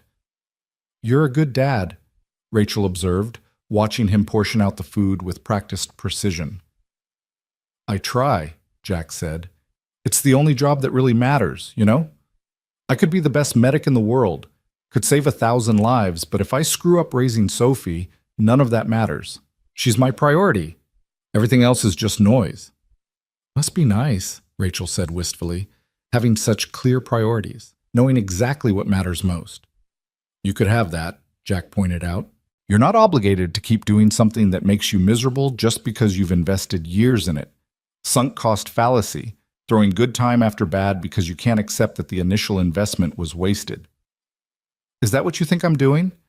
I think you're standing in my kitchen on a Friday morning chopping vegetables instead of running a billion-dollar company, and you look more relaxed than you probably have in years," Jack said bluntly. "I think your body is trying to tell you something, and you're finally listening." From the living room came the sound of Sophie playing Twinkle, Twinkle, Little Star with painstaking care, hitting most of the right notes. Mrs. Patterson's voice offered gentle corrections and encouragement. Through the window, Rachel could see neighbors going about their ordinary days. A mail carrier making deliveries, a jogger running past, someone walking a dog. It was all so beautifully, achingly normal. And Rachel realized with sudden clarity that this simple domesticity, this quiet comfort, this sense of belonging somewhere, was what she'd been missing, not just since she'd become CEO, but for most of her life. She'd been chasing success for so long that she'd never stopped to ask herself what she actually wanted success to look like. "Jack," she said softly, "would it be okay if I stayed through the weekend? I know that's asking a lot, and if it's an imposition—" "Stay as long as you need," Jack interrupted. "Seriously, the guest room's yours. Sophie will be thrilled. She's already planning to show you her favorite hiking trail and teach you the names of all the constellations. And honestly, he gave her a small smile. It's nice having another adult around. Gets lonely sometimes, just me and an 8-year-old, no matter how great that 8-year-old is. Then I'll stay, Rachel decided, just through the weekend. I need to figure some things out, and I think I can do that better here than anywhere else. What Rachel didn't say, what she was only beginning to understand herself, was that she wasn't just staying to figure out her next move regarding Andrew or the company. She was staying because for the first time in longer than she could remember, she felt like she could breathe. She was staying because Sophie's laugh was genuine and Jack's kindness had no agenda, and the vegetables she was chopping for dinner felt more meaningful than any business deal she'd closed in years. She was staying because sometimes the best way forward was to stop running long enough to remember who you were before the world told you who you had to be. And in a small apartment in a working-class neighborhood, surrounded by crayon drawings and handmade quilts and the sound of a child practicing piano, Rachel Morgan, CEO, billionaire, perfectionist, began the slow, terrifying, necessary work of figuring out who she wanted to become. The weekend passed in a blur of small moments that somehow felt larger than any boardroom victory Rachel had ever experienced. Saturday morning brought pancakes just as Sophie had promised, with the 8-year-old standing on a stool beside her father at the stove, carefully pouring batter into perfect circles while narrating the entire process like a cooking show host. Rachel sat at the small kitchen table, coffee in hand, watching this domestic scene with something that felt dangerously close to longing. The secret is not to flip them too early, Sophie explained seriously, brandishing a spatula that was almost as big as her arm. You have to wait until you see bubbles on top, and then you flip them really fast so they don't break. Daddy taught me that. Your daddy seems to know a lot about cooking, Rachel observed. He had to learn, Sophie said matter-of-factly. When Mommy left, he didn't know how to make anything except sandwiches and things that came in boxes. But then he decided that I needed to eat healthy food, so he watched cooking videos on the computer every night after I went to bed. Now he can make almost anything. Jack caught Rachel's eye over Sophie's head and gave a slight shrug that somehow conveyed both embarrassment and pride. She found herself studying him in the morning light streaming through the kitchen window. This man who had rebuilt his entire life around his daughter's needs, who had taught himself to cook and braid hair and navigate parent-teacher conferences as a single father. There was something quietly heroic about it, though Rachel suspected Jack would reject that characterization entirely. After breakfast, Sophie insisted on the promised hiking trail, a modest path through a small nature preserve about 10 minutes from the apartment. Rachel borrowed a pair of Jack's old sneakers and a sweatshirt that hung loose on her frame, and they set off like some approximation of a family, though Rachel tried not to think too hard about that comparison. The trail wound through trees just beginning to turn autumn colors, past a small creek where Sophie stopped to search for interesting rocks, and up to a clearing that offered a surprisingly beautiful view of the surrounding area. It wasn't dramatic or breathtaking, nothing like the vista from Rachel's penthouse or the scenic overlooks she'd seen on business trips to exotic locations. But there was something honest about it, something real. "This is my thinking spot," Sophie announced, settling onto a flat rock and patting the space beside her for Rachel to join. "When I have big feelings or big questions, Daddy brings me here and we talk about them. He says nature helps you see things more clearly." Jack remained standing, giving them space while keeping a watchful eye on his daughter. Rachel lowered herself carefully onto the rock, mindful of her still healing shoulder. "What kind of big questions do you think about?" Rachel asked. Sophie considered this seriously. "Sometimes I wonder why my mom left. Daddy says it wasn't my fault, that some people just aren't meant to be parents. But sometimes I wonder if maybe I was too loud or too messy or too much for her." She picked up a stick and began tracing patterns in the dirt. "And sometimes I think about when I'm older and what I want to be. Daddy says I can be anything I want, but there are so many choices and I don't know how to pick just one." Rachel felt her chest tighten at the vulnerability in Sophie's voice. Here was this bright, beautiful child grappling with the same questions that Rachel herself had been avoiding, questions about worth, about purpose, about how to build a life that felt authentic rather than obligatory. "Can I tell you a secret?" Rachel said softly. "I'm 32 years old and I still don't know the answers to those questions." Sophie looked up, surprised. "But You're a grown-up. Grown-ups are supposed to know everything. That's what we want kids to think, Rachel said with a small smile. But the truth is, we're all just figuring it out as we go, and sometimes we make choices that seem right at the time but turn out to be wrong. The important thing is being brave enough to admit when something isn't working and change course. Is that what you're doing? Sophie asked with that unnerving perceptiveness of hers. Changing course? I think so, Rachel admitted. I built this whole life that looked perfect from the outside. Big job, lots of money, people thinking I was successful.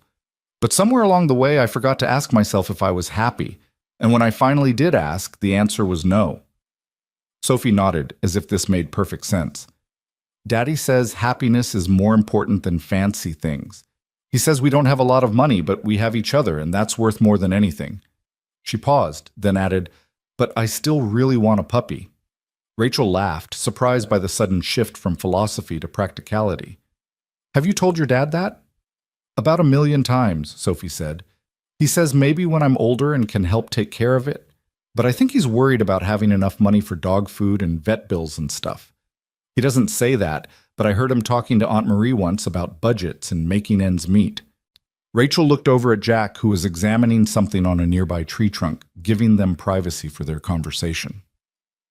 She thought about his modest apartment, his old car, the secondhand furniture and hand-me-down clothes Sophie had mentioned wearing from her cousins. And yet there was more warmth and genuine contentment in that small space than in all of Rachel's expensive possessions combined. Your dad is doing an amazing job, Rachel said. I hope you know that. I do, Sophie said simply. He's the best daddy in the world. Then, with a child's innocent directness, she added, Do you have kids, Miss Morgan? No, Rachel said, feeling the familiar ache of that admission. I always thought I would someday, but I kept putting it off. First it was finishing school, then building my company. Then there was always one more deal to close, one more goal to reach. And then I woke up one day and realized I was 32 and still waiting for the right time. Except maybe there is no right time. Maybe you just have to decide what matters most and make time for it. You could still have kids, Sophie pointed out. You're not that old. Mrs. Chen's daughter just had a baby, and she's like 40. Sophie, Jack called from where he'd been pretending not to listen. Let's not interrogate Ms. Morgan about her reproductive choices. I'm not interrogating, Sophie protested, though her grin suggested she knew exactly what she was doing. I'm just making conversation like you taught me. They spent another hour on the trail, with Sophie pointing out different plants and insects with the enthusiasm of a budding naturalist. Jack had clearly spent time teaching her about the local ecosystem, and Sophie proudly identified bird calls and explained the life cycle of butterflies with impressive accuracy. Rachel found herself genuinely engaged, asking questions and learning things she'd never considered important enough to know before. By the time they returned to the apartment, Rachel's phone, which she'd borrowed back from Jack, was buzzing with a series of increasingly urgent texts from Laura. She excused herself to the guest room to read them, her brief respite from reality coming to an abrupt end. The first message was straightforward. Found something, call me when you can. The subsequent messages were more alarming. Rachel, this is bigger than we thought. Andrew's been moving money. A lot of money. And finally, Richard is involved. So are 3 board members. I have proof. But we need to talk about what to do with it. Rachel's hands trembled slightly as she dialed Laura's number. Her assistant answered immediately, speaking in a low, urgent voice. Rachel, where are you? Are you somewhere safe? I'm fine. I'm staying with... Rachel paused, realizing she'd never actually explained her situation to Laura. I'm with friends. What did you find? Laura took a deep breath. Okay, so I started digging into Andrew's financial transactions like you asked. At first, everything looked legitimate, expensive dinners with clients, consulting fees, travel expenses, but then I noticed a pattern. Every month for the last 18 months, Andrew has been processing payments to a consulting firm called KFAX Strategic Advisors. The amounts vary, but they total almost $8 million. $8 million? Rachel felt her stomach drop. For what services? That's the thing. The invoices are vague.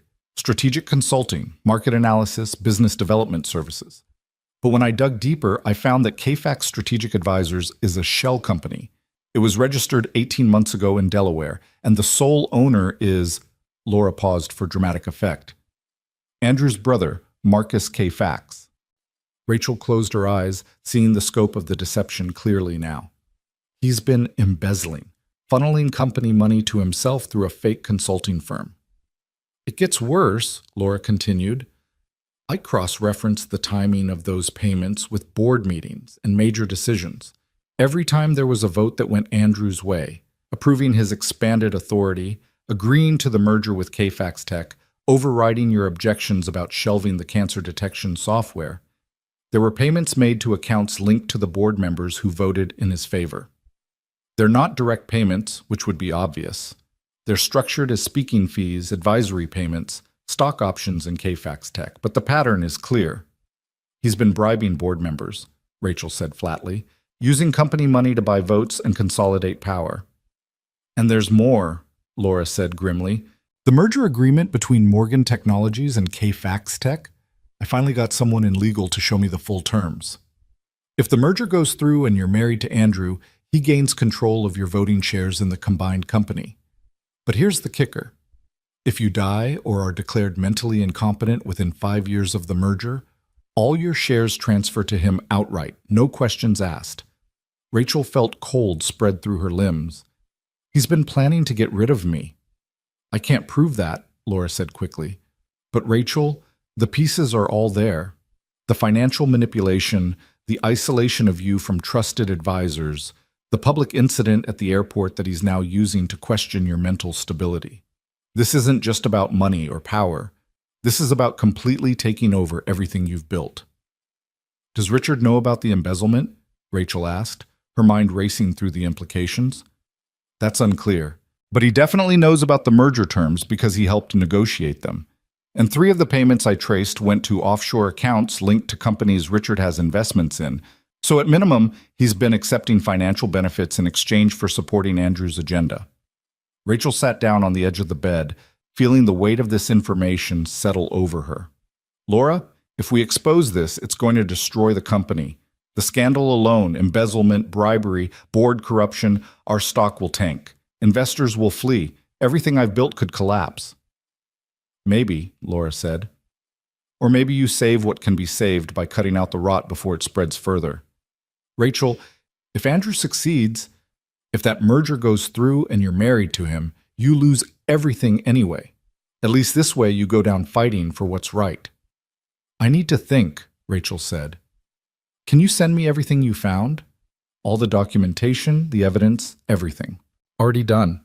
Check your personal email. But Rachel, you need to decide quickly. The board meeting is Monday morning, and if you're not there to defend yourself, Andrew is going to paint you as unstable and push through a vote to remove you as CEO. Once that happens, you'll have no authority to stop the merger or expose what he's been doing. After ending the call, Rachel sat in silence, staring at the wall of the guest room without really seeing it. She'd known Andrew was ambitious, knew he was manipulative, but she'd underestimated the scope of his betrayal. He hadn't just been taking advantage of their relationship. He'd been systematically dismantling everything she'd built, positioning himself to take it all while destroying her credibility in the process. A soft knock at the door interrupted her spiraling thoughts. Rachel? Jack's voice was gentle. Sophie wants to know if you'll watch a movie with us. But if you need space, I can tell her you're not feeling well.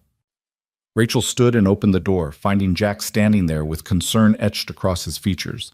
He took one look at her face, and his expression shifted to something more serious. Bad news? He asked quietly. The worst, Rachel confirmed. Everything I suspected about Andrew, everything I feared, it's true. And it's worse than I imagined. She felt her voice crack slightly. He's been stealing from the company, bribing board members, setting up a merger that would give him complete control while pushing me out. And if I fight back, I might destroy everything I've spent my entire adult life building. Jack studied her for a long moment, then stepped into the room and closed the door behind him, giving them privacy from Sophie's curious ears.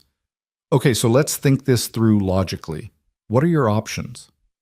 I don't know, Rachel admitted, sinking back onto the bed. I could go public with everything, file charges, expose the embezzlement, blow up the merger. but the scandal would devastate the company. We'd lose investor confidence, our stock would crash, and thousands of employees would suffer because of decisions made by a handful of corrupt people. What's the alternative? Jack asked. Let it happen. Let Andrew take over, walk away with whatever settlement I can negotiate, and try to rebuild somewhere else. At least that way the company survives, even if I'm not part of it anymore. And you'd be okay with that? Jack's tone suggested he already knew the answer. No, Rachel said miserably. I wouldn't, because it's not just about me or my ego. It's about the cancer detection software we developed.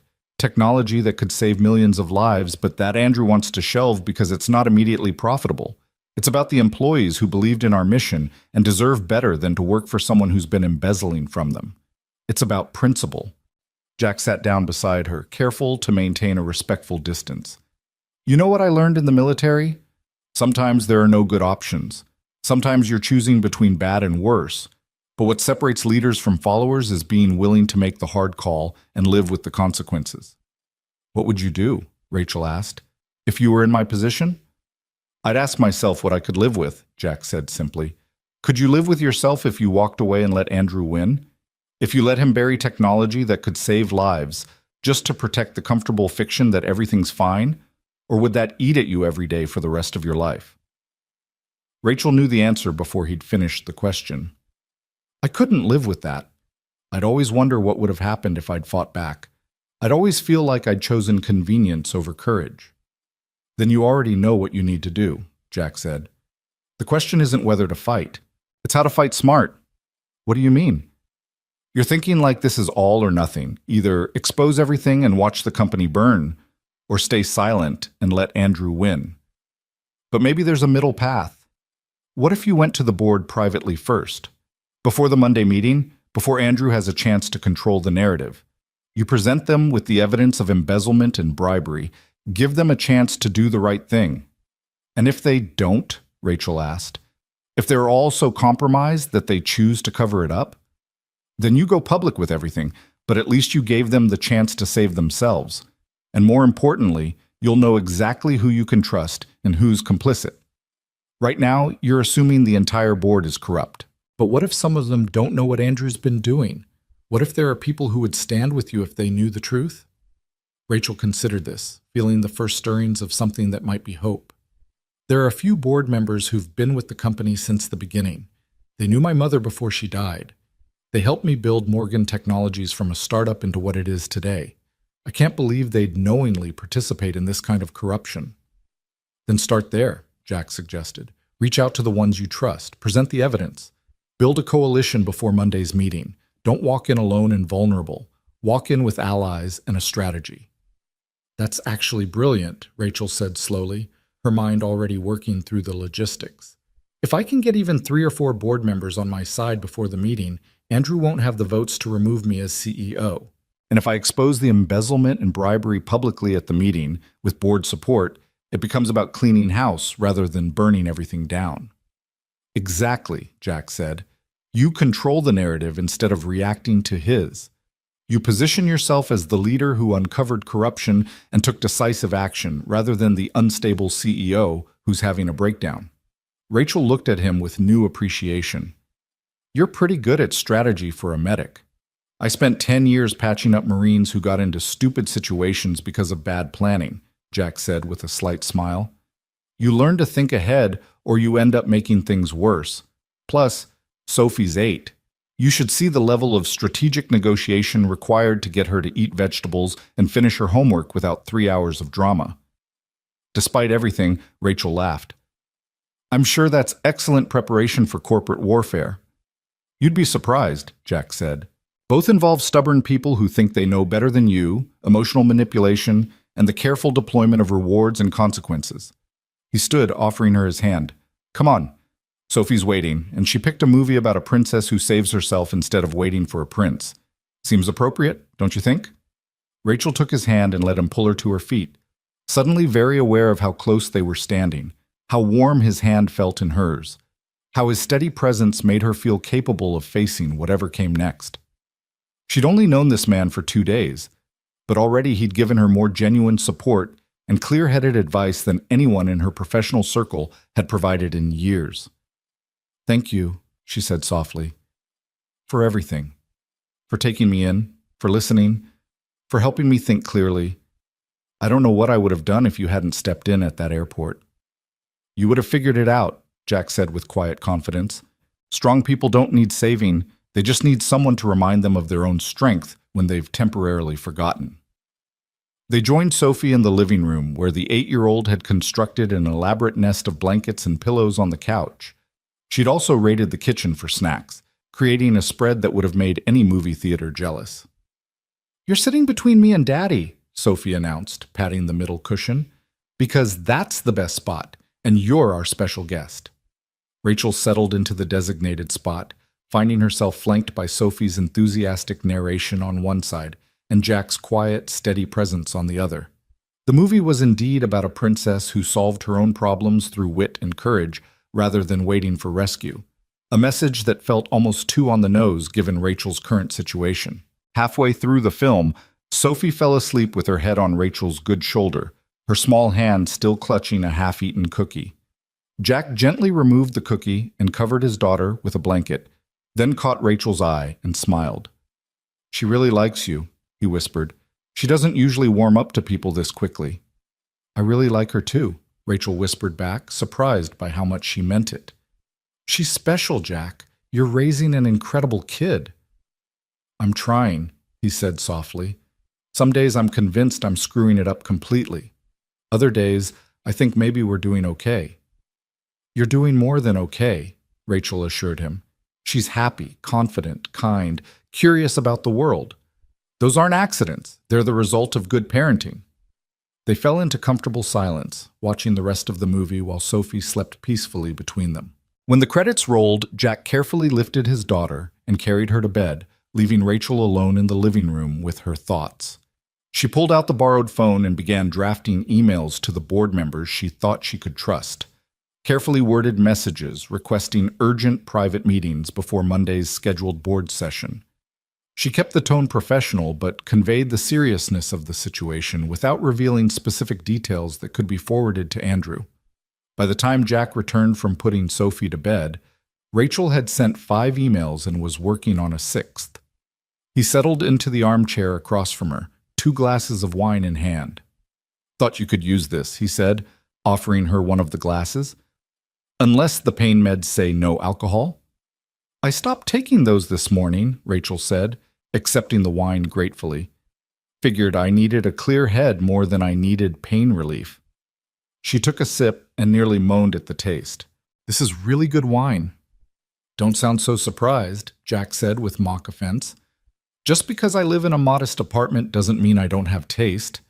That's from a small vineyard in Napa. I bought a case when Sophie and I took a road trip up the coast last summer, one of the few luxuries I allow myself." "I'm sorry," Rachel said, genuinely embarrassed. "I didn't mean to imply—" "I know," Jack interrupted gently. "I'm just giving you a hard time. But it's a good reminder that you've been operating in a world where money equals value and luxury equals quality. Sometimes the best things are the ones people choose carefully because they can't afford to waste money on things that don't matter." Rachel studied him over the rim of her wine glass. "Is that a dig at my lifestyle?" "It's an observation," Jack said. "Not a judgment. But yeah, I've noticed that you seem surprised by basic things. Good coffee, home-cooked meals, a comfortable bed. Like you've forgotten that money can't actually buy the things that make life worth living." "You're right," Rachel admitted. "I have forgotten. Somewhere along the way, I started measuring everything by financial metrics. Success meant profits. Value meant market share. Happiness meant—" She stopped, realizing she couldn't finish that sentence. "I don't think I've thought about happiness as a goal in years. It was always just a side effect that would supposedly come once I'd achieved enough other goals." "And did it?" Jack asked. "Did happiness show up once you'd achieved enough?" "No," Rachel said quietly. "It didn't. I just kept moving the goalposts, telling myself that the next promotion, the next funding round, the next product launch would be the thing that finally made me feel satisfied. But it never was. And eventually, I stopped expecting it to be. I just accepted that my life was about achievement, not fulfillment. That sounds exhausting, Jack observed. It was, Rachel agreed. It is, but I didn't know how to stop. When your entire identity is built around being successful, taking your foot off the gas feels like admitting defeat, like saying you're not good enough, strong enough, dedicated enough. Jack was quiet for a moment, swirling the wine in his glass thoughtfully. Can I tell you something? When I first got out of the military, I was angry all the time. Angry at Sophie's mom for leaving, angry at the Navy for not being able to accommodate my new situation as a single parent, angry at myself for not being able to keep my marriage together.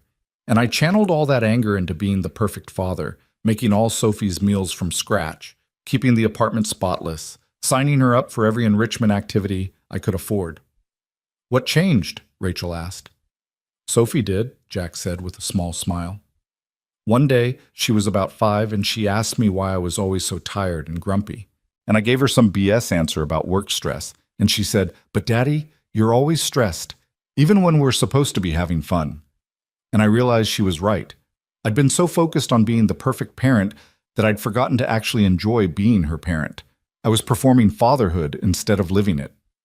So what did you do? I let go of perfect, Jack said simply. Started making easier meals sometimes. Let the apartment be a little messy. Cut back on activities so we had more free time to just hang out together. And you know what? Sophie didn't suffer from having a less perfect parent. She thrived from having a more present one. Turns out kids don't need perfection. They need presence.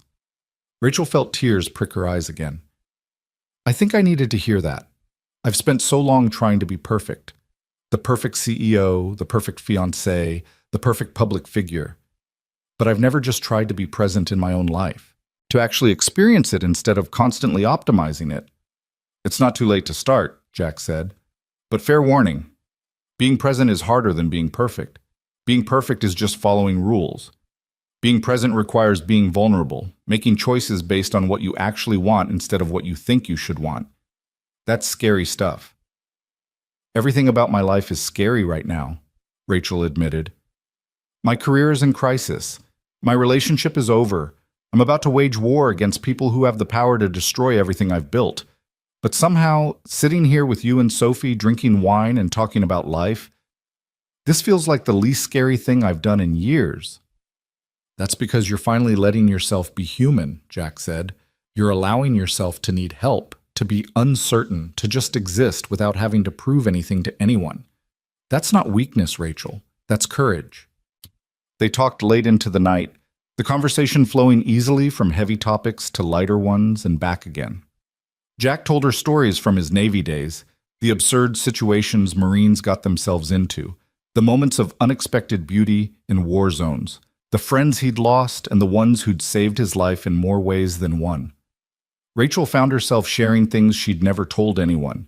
Her complicated relationship with her late mother, who'd been brilliant and demanding and impossible to please, her secret dream of doing medical research before business had taken over her life, her fear that she'd wasted her youth chasing achievements that ultimately meant nothing. You're only 32, Jack pointed out. You keep talking like your life is over, like you've missed all your chances. But you've got decades ahead of you. You can pivot, start over, build something new. The question is whether you're brave enough to do it. I don't feel very brave right now, Rachel confessed. Brave people never do, Jack said. Courage isn't the absence of fear. It's doing what needs to be done despite the fear. And from where I'm sitting, you're one of the bravest people I've ever met. You're about to walk into a boardroom and face down people who've betrayed you, knowing it might cost you everything. That takes serious guts. Or serious stupidity, Rachel said with a rueful laugh. Sometimes there's not much difference between the two, Jack acknowledged, but you'll figure it out. And whatever happens, you'll land on your feet. People with your intelligence and determination always do. When Rachel finally retreated to the guest room well past midnight, her mind was clearer than it had been in days. She spent another hour reviewing the documentation Laura had sent, making notes and building her case. The evidence was damning. Clear patterns of embezzlement, financial ties between Andrew and board members, email trails that revealed the coordination of their efforts to marginalize her authority. But beyond the specifics of corporate corruption, Rachel found herself thinking about the broader question Jack had raised. Who did she want to be if not CEO of Morgan Technologies? What did she actually value beyond professional achievement? What would bring her the kind of contentment she'd witnessed in Jack's modest life? The answers didn't come easily, but pieces were beginning to form. She thought about the cancer detection software and how proud she'd been when her team first developed it, not because of its profit potential, but because of the lives it could save. She thought about the early days of Morgan Technologies, when it had been her and a handful of passionate engineers working out of a converted warehouse, united by the belief that technology could solve real problems for real people. Somewhere along the line, that mission had gotten lost beneath quarterly earnings reports and investor presentations, and the relentless pressure to grow faster, scale bigger, dominate markets. The company had become an end unto itself rather than a means to a greater purpose. And Rachel had let that happen because she'd been too busy proving herself to question whether what she was building still aligned with what she actually believed. Sunday morning arrived with church bells from a nearby parish and the smell of coffee brewing. Rachel emerged from the guest room to find Jack already up and working at the small kitchen table, his laptop open and papers spread around him. "Morning," he said, looking up with a smile. "You're up early." "Couldn't sleep," Rachel admitted. "Too much to think about." "Join the club," Jack said, gesturing to his own work. "I'm trying to finish a certification requirement for work before tomorrow. Nothing like waiting until the last minute." Rachel poured herself coffee and sat across from him, appreciating the companionable silence as they each focused on their respective tasks. It felt oddly domestic, this shared space and mutual productivity, and Rachel found herself imagining what it would be like to have this as a regular part of her life. Mornings spent with someone who demanded nothing from her except occasional conversation and respect for their shared space. Sophie wandered out around 8, still in her pajamas and dragging Mr. Hopscotch behind her. She climbed into her father's lap without a word, clearly not yet fully awake, and Jack automatically adjusted his position to accommodate her while continuing to type one-handed. "Morning, baby girl," he murmured, pressing a kiss to the top of her head. "Is it pancake day?" Sophie mumbled. "It can be if you want it to be," Jack said, "but you have to actually wake up enough to help me make them." 5 more minutes, Sophie negotiated, burrowing deeper into her father's chest. Rachel watched this exchange with a mixture of tenderness and envy. There was such easy affection between them, such uncomplicated love. No games, no manipulation, no performance, just a father and daughter who genuinely enjoyed each other's company. Eventually, Sophie roused herself enough to participate in pancake production, and the three of them fell into the now familiar rhythm of breakfast together. Afterward, Rachel borrowed Jack's laptop to finalize her presentation for the board members she'd contacted. 3 had already responded, agreeing to meet with her privately on Sunday evening before Monday's scheduled board meeting. 2 others hadn't responded, which Rachel interpreted as either fear or complicity. "I need to go into the city tonight," Rachel told Jack as they cleaned up from breakfast. "I have meetings scheduled with board members, and I should probably find a hotel, get my own space to prepare for tomorrow." She saw something flicker across Jack's face, disappointment maybe, or concern, but he nodded easily. "Of course. Want me to drive you? The train's running on a reduced Sunday schedule." "You don't have to do that," Rachel protested. "You've already done so much." "I want to," Jack said simply. "Besides, Sophie's been begging to go to the Museum of Natural History, and it's right near where you'll be meeting. We can make a day of it, drop you at your meetings, and pick you up afterward if you want." The offer was casual, but Rachel heard the underlying message. He wasn't abandoning her to face this alone. Even though their time together was coming to an end, even though she was about to return to her real life, he was making sure she knew she had support. "That would be wonderful," Rachel said, her voice slightly thick with emotion. "Thank you." The drive into Manhattan was filled with Sophie's chatter about dinosaurs and space exhibits, her excitement about the museum visit bubbling over in a steady stream of questions and observations. Rachel found herself drawn into the conversation, genuinely interested in Sophie's theories about what happened to the dinosaurs and her dreams of becoming an astronaut. "Do you think there are other planets with people on them?" Sophie asked from the back seat. "Because the universe is really, really big, so it seems like there should be other people somewhere. But also, we're pretty special here on Earth, so maybe we're the only ones." I think the universe is big enough for both to be true, Rachel said, turning to look at Sophie. We can be special and unique while still being part of something larger. Those things aren't mutually exclusive. That's a good answer, Sophie declared. Daddy, did you hear Miss Morgan's answer? That's philosophy. I heard, Jack said, catching Rachel's eye in the rearview mirror with a smile. Ms. Morgan is pretty smart. They dropped Rachel at a small boutique hotel in Midtown where she'd booked a room for the night. Jack helped her with her minimal luggage, just the clothes she'd arrived in and borrowed items from Jack that she'd need to return, and hesitated in the lobby as if wanting to say something but unsure how. We'll be at the museum until about 5, he said finally. Call me when your meetings are done, and we can grab dinner before heading back. Unless you need to stay in the city tonight? No, Rachel said. I want to come back. To your place, if that's okay. One more night before I have to face everything tomorrow. Of course it's okay, Jack said. That's your room for as long as you need it. Sophie threw her arms around Rachel's waist in an enthusiastic hug. Good luck with your meetings. Remember what Daddy always tells me before tests? You're smart, you're capable, and you've got this. Rachel hugged her back, breathing in the little girl's strawberry shampoo and feeling her heart contract with unexpected affection. Thank you, Sophie. That's excellent advice. After they left, Rachel stood in the hotel lobby for a moment, gathering herself. She'd changed into clothes more appropriate for business meetings, a spare outfit Laura had dropped off earlier, along with Rachel's laptop and some essential documents. Looking at her reflection in the lobby mirror, Rachel barely recognized herself. She looked tired, yes, but also somehow more alive than she had in years. Less polished, perhaps, but more real. Her meetings were scheduled at a private dining room in an upscale restaurant, neutral territory that wouldn't raise suspicions if anyone happened to notice board members gathering. Rachel arrived early, ordering coffee and reviewing her notes one final time. She'd printed out the most damning evidence, financial records showing the embezzlement, email chains revealing coordination between Andrew and compromised board members, analysis of the merger terms that made clear how extensively she'd been deceived. The first to arrive was Margaret Chen, one of the company's founding board members and her mother's closest friend. Margaret was in her mid-60s, sharp as ever despite her age, with silver hair and the no-nonsense demeanor of someone who'd spent decades in tech, when it was even more male-dominated than it was now. Rachel, Margaret said, embracing her warmly before pulling back to study her face.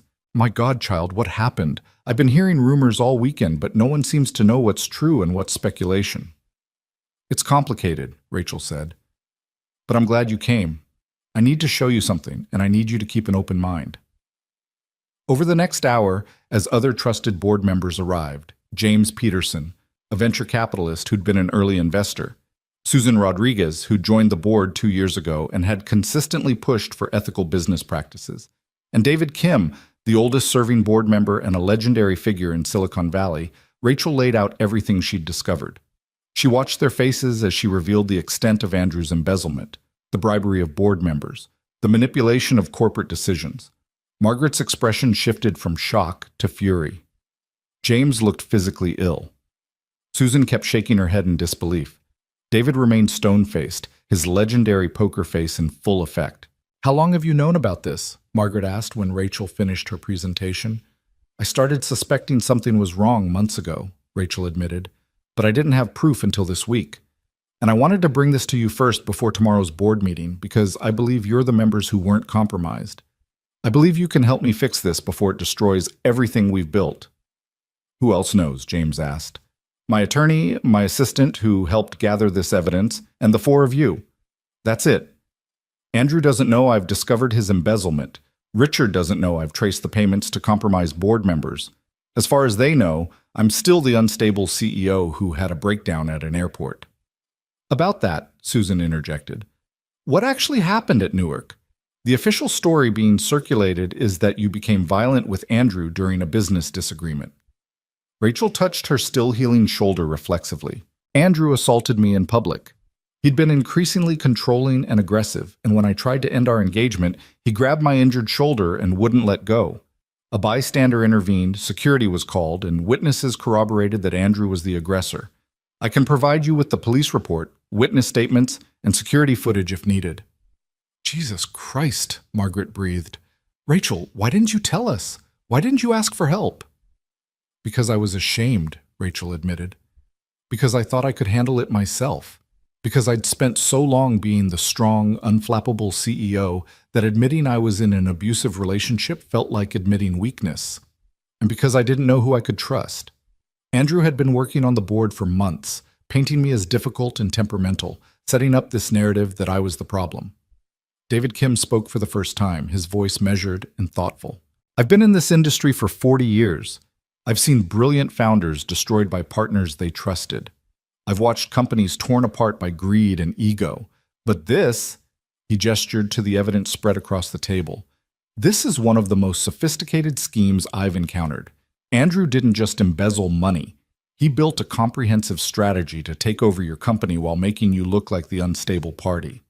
That takes planning, patience, and a level of sociopathy that's genuinely disturbing. The question is what we do about it, Rachel said. I can go public with all of this tomorrow at the board meeting, but that creates a massive scandal that could tank the company's stock and destroy investor confidence. Or we can handle this more quietly, force Andrew's resignation, buy out the compromised board members, and restructure without the public drama. But that requires all of you to stand with me. There's a third option, Margaret said slowly. We could use tomorrow's meeting as Andrew's trap instead of yours. Let him make his move to remove you as CEO, let the compromised board members vote in his favor, and then you reveal everything, not just to the board but with law enforcement present. We turn the board meeting into an intervention, catch them all in the act, and let the legal system handle it. That's incredibly risky, James pointed out. If even one of them catches wind of what we're planning, they'll lawyer up and we'll lose the element of surprise. But it's also the cleanest solution, Susan argued. If we try to handle this quietly, Andrew and his allies can claim they're being railroaded. They can sue, fight back, drag things out in courts for years. But if we catch them in the act of trying to execute their coup with clear evidence of the crimes they've committed, that's much harder to defend against. They debated strategy for another 2 hours, weighing options and planning contingencies. Rachel found herself energized by the discussion, reminded of why she'd loved building this company in the first place. The collaboration with smart, principled people working toward a common goal. This was what leadership should feel like, not the isolation and paranoia she'd been experiencing lately. By the time they adjourned, they had a plan. Margaret would contact law enforcement tonight, briefing them on the evidence and requesting their presence at tomorrow's board meeting. James would reach out to the company's attorneys, not the ones Andrew had been working with, but outside counsel who could provide unbiased advice. Susan would prepare a statement for investors explaining the situation once news broke. And David would make calls to major shareholders, ensuring they understood that the board was taking decisive action to protect the company's integrity. Rachel's role was simple. Show up tomorrow, let Andrew make his move, and then present the evidence that would end his scheme permanently. One more thing, Margaret said as they were leaving. After this is over, we need to talk about whether you still want to be CEO. Rachel blinked, caught off guard. What do you mean? I mean that you've been through hell, Rachel. Andrew's betrayal, the assault, the stress of discovering this corruption, that takes a toll. And the company is going to need strong, focused leadership to get through the aftermath of this scandal. If you need time to recover, if you need to step back for your own well-being, we'll support that. We can bring in an interim CEO while you take a leave of absence. I appreciate that, Rachel said carefully. But I need to see this through.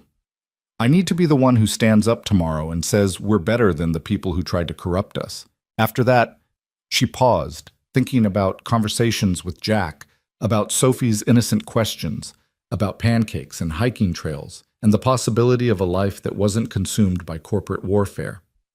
After that, we'll see. Margaret studied her with knowing eyes. You've changed this weekend. I can see it. Whatever happened after you left that airport, whoever you've been spending time with, it's given you perspective. And honestly, I think that's going to make you a better leader, whether you stay CEO or choose a different path. Rachel called Jack from outside the restaurant, suddenly desperate to hear his voice. He answered on the second ring, Sophie's excited chatter audible in the background. How'd it go? He asked. Better than I hoped, Rachel said. I've got allies. We've got a plan. Tomorrow's going to be intense, but I think we can pull this off. Of course you can, Jack said with easy confidence. You're brilliant, you're prepared, and you're fighting for something that matters. That's a winning combination. Where are you guys? Just leaving the planetarium show. Sophie's convinced we need to buy a telescope that can see other galaxies, and I'm trying to explain that such telescopes cost more than our car. It's going well. Rachel laughed, the sound surprising her with its genuine joy. I'm done here. Can you meet me somewhere for dinner? Already made reservations at Sophie's favorite pizza place, Jack said. Text me your hotel address and we'll pick you up in 20 minutes. Dinner was exactly what Rachel needed. A noisy, casual pizza restaurant full of families and laughter, where no one cared that she was a billionaire CEO in crisis. Sophie regaled them with every detail of the museum visit, demonstrating her newfound knowledge about dinosaurs with enthusiastic hand gestures and sound effects. Jack listened with patient attention, asking questions and offering gentle corrections when Sophie's facts got a bit creative. Rachel found herself watching them with a bittersweet ache in her chest. This was what she'd been missing. Not just family, but ease. The comfort of people who knew each other so well they could communicate in shorthand, who could find joy in simple things like pizza and museum visits, who didn't need expensive restaurants or exclusive experiences to feel satisfied. On the drive back to Jack's apartment, Sophie fell asleep almost immediately, exhausted from the day's adventures. Jack drove with one hand, the other resting on the gear shift, his profile illuminated by passing streetlights. Thank you for today, Rachel said quietly, not wanting to wake Sophie. For everything, really. You didn't have to include me in your plans, didn't have to make me feel like part of your family, but you did, and it means more than I can express. Sophie wanted you there, Jack said simply. And so did I. There was weight behind those last words, something unspoken but significant. Rachel felt it settle between them, the acknowledgement of whatever this was developing into, this connection that had formed over just a few days but felt substantial in a way that defied logic. Jack, Rachel started, then stopped, not sure what she wanted to say, not sure if she should say anything at all. I know, he said softly, keeping his eyes on the road. Wrong timing, wrong circumstances, wrong everything. You're about to walk into a corporate battle that's going to consume all your energy, and I've got Sophie to think about. I can't drag her into something complicated or uncertain. But, Rachel prompted, hearing the unspoken caveat, but I want you to know that this weekend hasn't been charity or obligation for me, Jack said. I've genuinely enjoyed having you in our space. You fit there in a way I wasn't expecting. And when all this is over, when your life settles down and you figure out what comes next, I'd like to see you again. Not as the person helping you through a crisis, but just as someone who wants to spend time with you. Rachel felt tears prick her eyes. I'd like that too, very much. Good, Jack said, finally glancing over at her with a smile. Then we'll call it a plan. You go win your war tomorrow, save your company, or burn it down, or whatever needs to happen. And then when the dust settles, we'll figure out what this is between us. They drove the rest of the way in comfortable silence, the radio playing softly, and Sophie snoring gently in the back seat. Rachel stared out the window at the suburbs rolling past and tried to imagine a future beyond tomorrow's board meeting. For the first time in years, she could picture something other than endless work and climbing corporate ladders. She could picture Saturday morning pancakes and hiking trails and telescope lessons. She could picture belonging somewhere, not because of what she accomplished, but simply because of who she was. It was terrifying and exhilarating in equal measure. And for tonight, it was enough. Back at the apartment, Jack carried Sophie to bed while Rachel retreated to the guest room to make final preparations for tomorrow. She laid out her outfit, a power suit that Laura had brought, armor for the battle ahead. She reviewed her notes, practiced her presentation, visualized how tomorrow's meeting would unfold. She was as prepared as she could be, but the anxiety still hummed beneath her skin. A soft knock at her door came close to midnight. Rachel opened it to find Jack standing there with 2 mugs of chamomile tea. Thought you might need help settling your mind, he said. This stuff usually helps Sophie when she's anxious about something. They sat on the bed, backs against the headboard, sipping tea in companionable silence. Rachel found herself studying the calluses on Jack's hands, evidence of hard work and practical skills, so different from the soft hands of executives who'd never done manual labor. Are you scared about tomorrow? Jack asked after a while. Terrified, Rachel admitted. What if I'm wrong? What if the evidence isn't as damning as I think? What if Andrew has some explanation that makes me look paranoid and vindictive? Then you adapt, Jack said. But Rachel, you're not wrong. You have documentation, witnesses, financial records. You have truth on your side. Trust in that. When did you become so wise? Rachel asked with a slight smile. Single parenthood is basically a crash course in wisdom and humility, Jack replied. You learn pretty quickly that you can't control everything, that sometimes things fall apart despite your best efforts, and that the only thing you can control is how you respond to circumstances. It's liberating, actually, once you accept it. Rachel leaned her head on his shoulder without thinking, and Jack stiffened for only a moment before relaxing, his arm coming around to hold her gently. They sat like that for a long time, neither speaking, just drawing comfort from proximity and shared warmth. Whatever happens tomorrow, Rachel said eventually, I want you to know that meeting you changed something for me.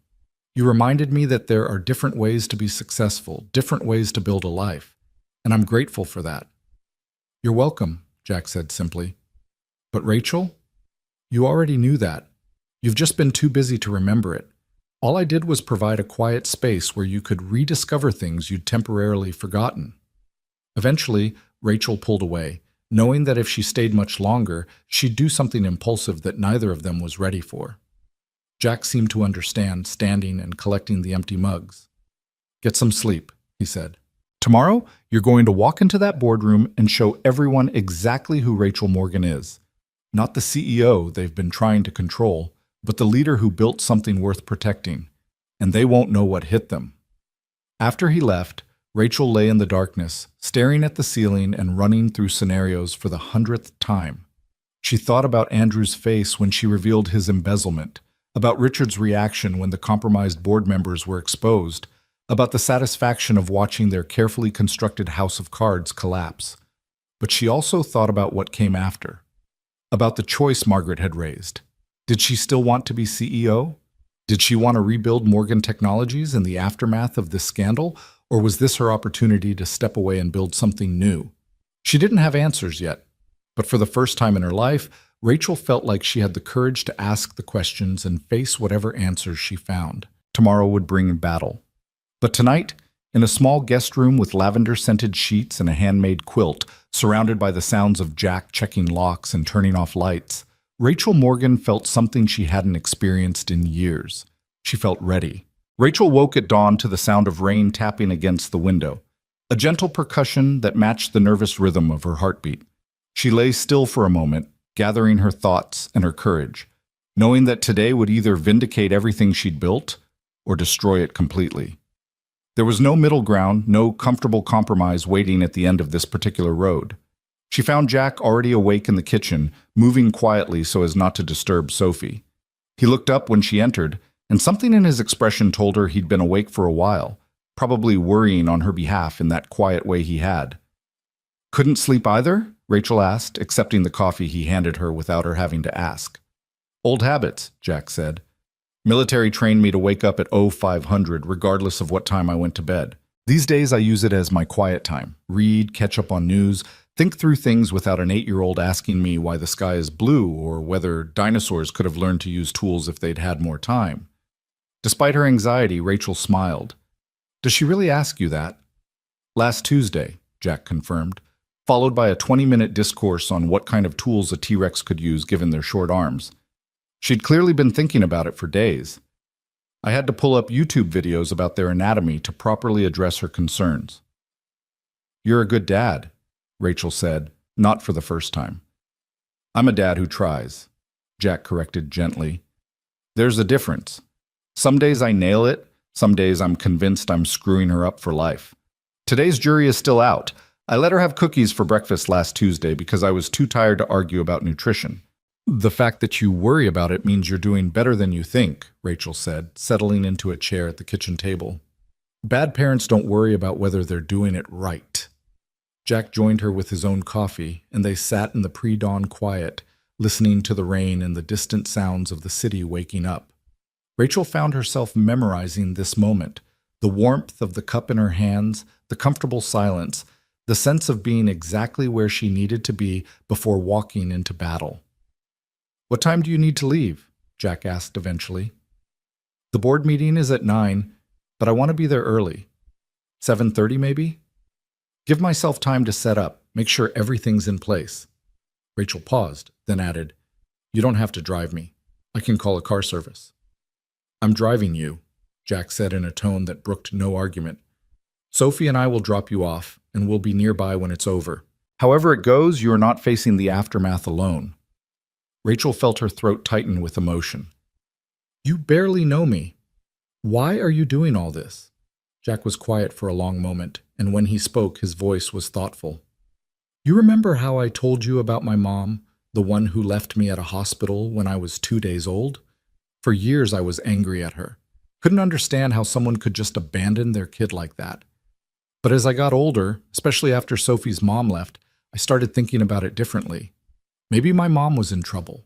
Maybe she was desperate, scared, saw no other way out. And maybe if just one person had stepped up and helped her, given her a reason to believe things could be different, my whole life would have been different." He met Rachel's eyes across the table. "I can't change my past. Can't help my mom retroactively. But I can be the person who steps up when someone else needs it. And maybe that sounds naive or overly idealistic, but I have to believe that kindness matters, that helping one person can ripple outward in ways we can't predict. You're not just some random stranger to me anymore, Rachel. You're someone who sat on my couch and made my daughter laugh. You're someone who chopped vegetables in my kitchen and told me about dreams you'd forgotten you had. So yeah, I'm driving you to your board meeting, and I'm going to be there afterward, because that's what you do for people you care about." Rachel had to look away, blinking back tears. "I care about you too," she said quietly. "Both of you. More than I expected to in such a short time." "Then let's get you through today," Jack said, his tone becoming more practical.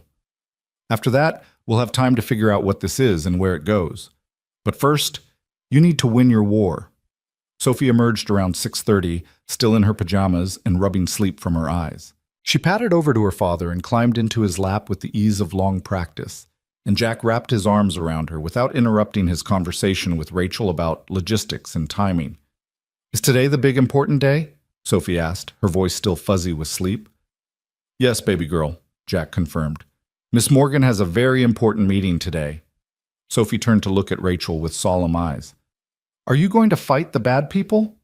Rachel was taken aback by the bluntness of the question, but Jack didn't intervene, waiting to see how she'd respond.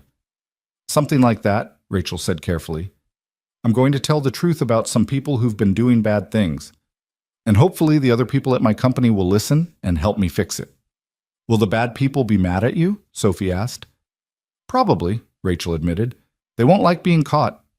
Sophie nodded as if this made perfect sense.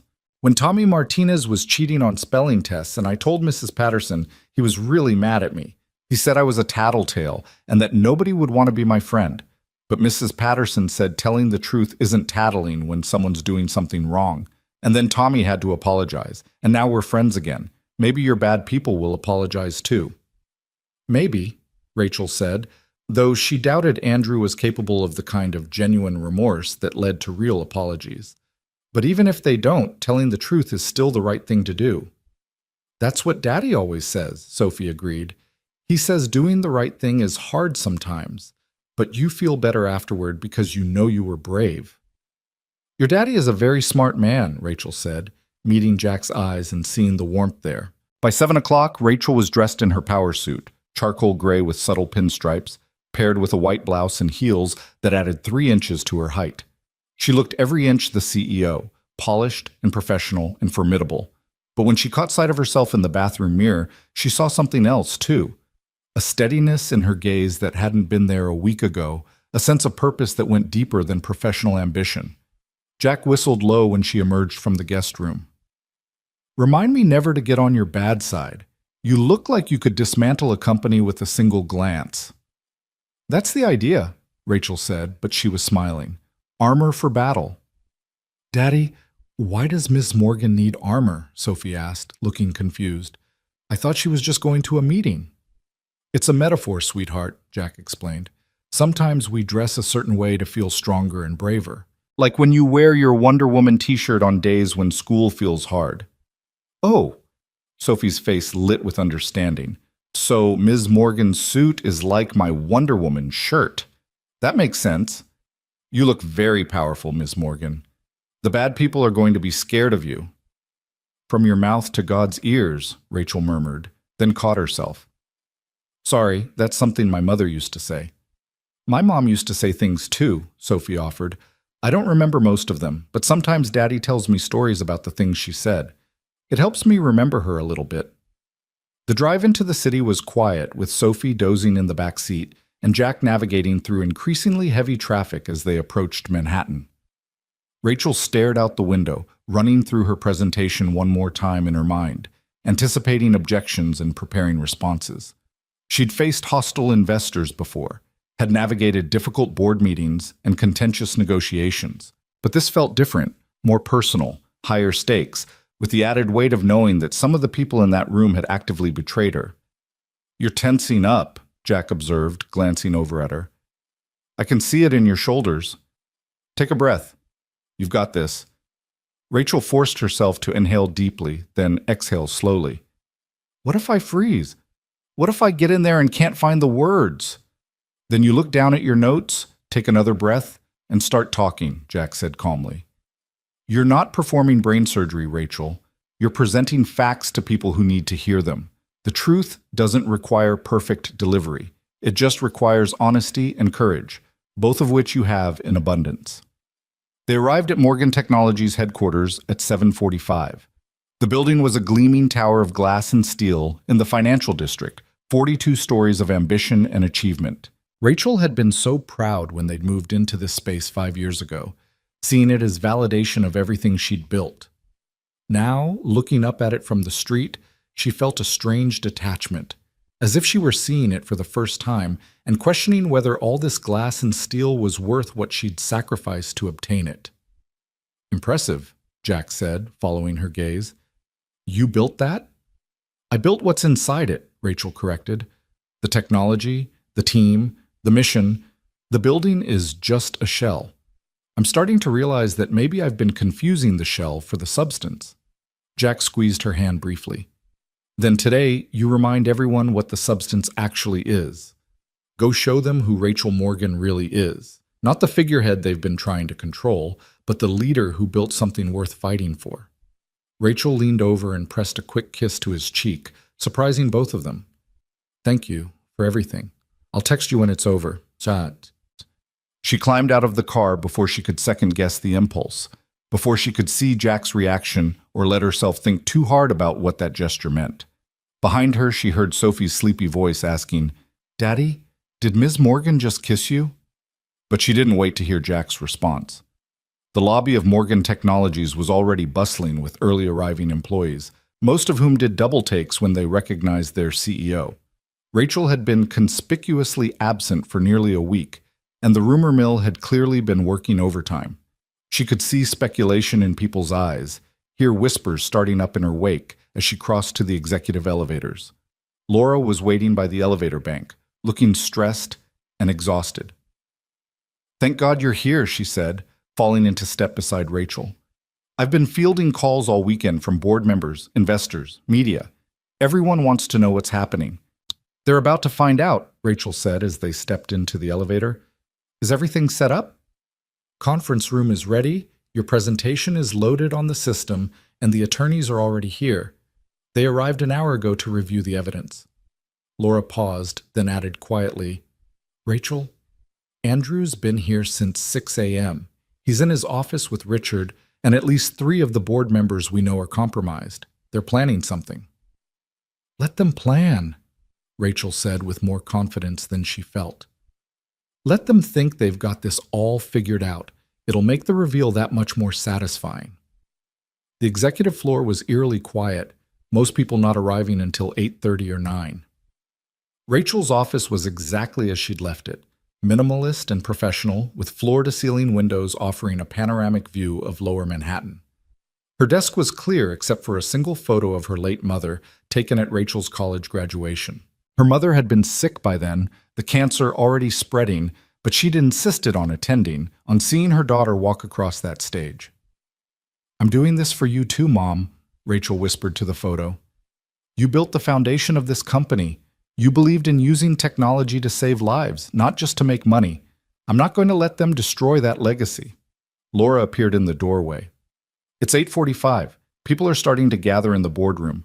Margaret Chen is here, and James Peterson. Susan Rodriguez just arrived. David Kim is on his way up from the lobby." "And Andrew?" Rachel asked. "Already in the boardroom. He looks confident, smug even." Laura's expression was grim. "Rachel, he brought lawyers. 3 of them. And Richard is passing around some kind of document. I couldn't see what it was, but people are reading it and looking concerned." "Then I guess it's time to crash their party," Rachel said, picking up her presentation materials and the folder containing all the evidence of Andrew's embezzlement. "How do I look?" "Like someone who's about to end some careers," Laura said with fierce satisfaction. "Go get them, boss." The boardroom was on the 42nd floor, a massive space with a conference table that could seat 30 people and windows that offered views in 3 directions. Rachel had presided over hundreds of meetings in this room, but walking in today felt different, like entering an arena where she'd have to fight for her professional life. Andrew was indeed already there, looking polished and confident in an expensive suit that probably cost more than Jack made in a month. He was surrounded by his legal team and several board members Rachel recognized as being compromised by his bribes. Richard sat at his right hand, wearing an expression of barely concealed triumph. "Rachel," Andrew said smoothly as she entered, "how good of you to join us. We were beginning to worry you might not show up." "I wouldn't miss this for the world," Rachel replied, her tone pleasant but her eyes cold. She took her seat at the head of the table, her seat, the CEO's chair, and made a show of arranging her materials with calm precision. Margaret Chen and the other trusted board members she'd met with Sunday evening took seats on either side of her, creating a visible divide in the room. On one side were Rachel's allies. On the other were Andrew's compromised board members. And in the middle were a handful of board members whose loyalties remained unclear, people who might swing either way depending on how the next hour unfolded. By 9 o'clock, all 15 board members were present, along with legal counsel, the company's CFO, though that was Andrew, currently occupying a strange dual role as both board member and subject of today's proceedings, and several senior executives who'd been asked to attend. The atmosphere was tense, charged with the kind of anticipatory energy that preceded major battles. Richard Morgan, Rachel's half-brother and constant rival, called the meeting to order with an air of authority that didn't actually belong to him. "Thank you all for being here on such short notice. I know this is an unusual Monday morning meeting, but circumstances have made it necessary. As most of you are aware, there was an incident last week involving our CEO, Rachel Morgan, and our CFO, Andrew K. Fax. Given the seriousness of that incident and its potential impact on the company's reputation, we felt it important to address the situation immediately." Rachel watched him speak, noting how carefully he was framing things. Not Andrew assaulted Rachel, but an incident involving both of them. Not Rachel was the victim, but the situation needs to be addressed. Classic manipulation, setting up the narrative before the facts could complicate it. "We've prepared a resolution for the board to consider," Richard continued, nodding to one of the compromised board members who began distributing packets around the table. "Given Ms. Morgan's recent erratic behavior, including the public altercation at Newark Airport, her unexplained absence from multiple scheduled meetings, and concerns raised by several executives about her decision-making capacity, we're recommending a temporary leave of absence while we conduct a thorough review of her fitness to continue as CEO." Rachel forced herself to remain still, to keep her expression neutral, even as fury burned in her chest. This was the play, then. Not an outright coup, but a procedural removal disguised as concern for her well-being. It was brilliant in its way, because it gave cover to the board members who might be uncomfortable with a more blatant power grab. Who could object to a concerned board protecting the company from an unstable CEO? "That's an interesting proposal, Richard," Rachel said, her voice cutting through the murmurs that had started around the table. "But before we vote on my supposed instability, I'd like to present some information that might be relevant to this board's decision-making process." "Rachel, I don't think that's—" Andrew started, but Margaret Chen cut him off. The CEO has a right to address the board before any vote regarding her position, Margaret said firmly. That's standard procedure, unless you're suggesting we abandon all corporate governance protocols. Andrew's jaw tightened, but he nodded.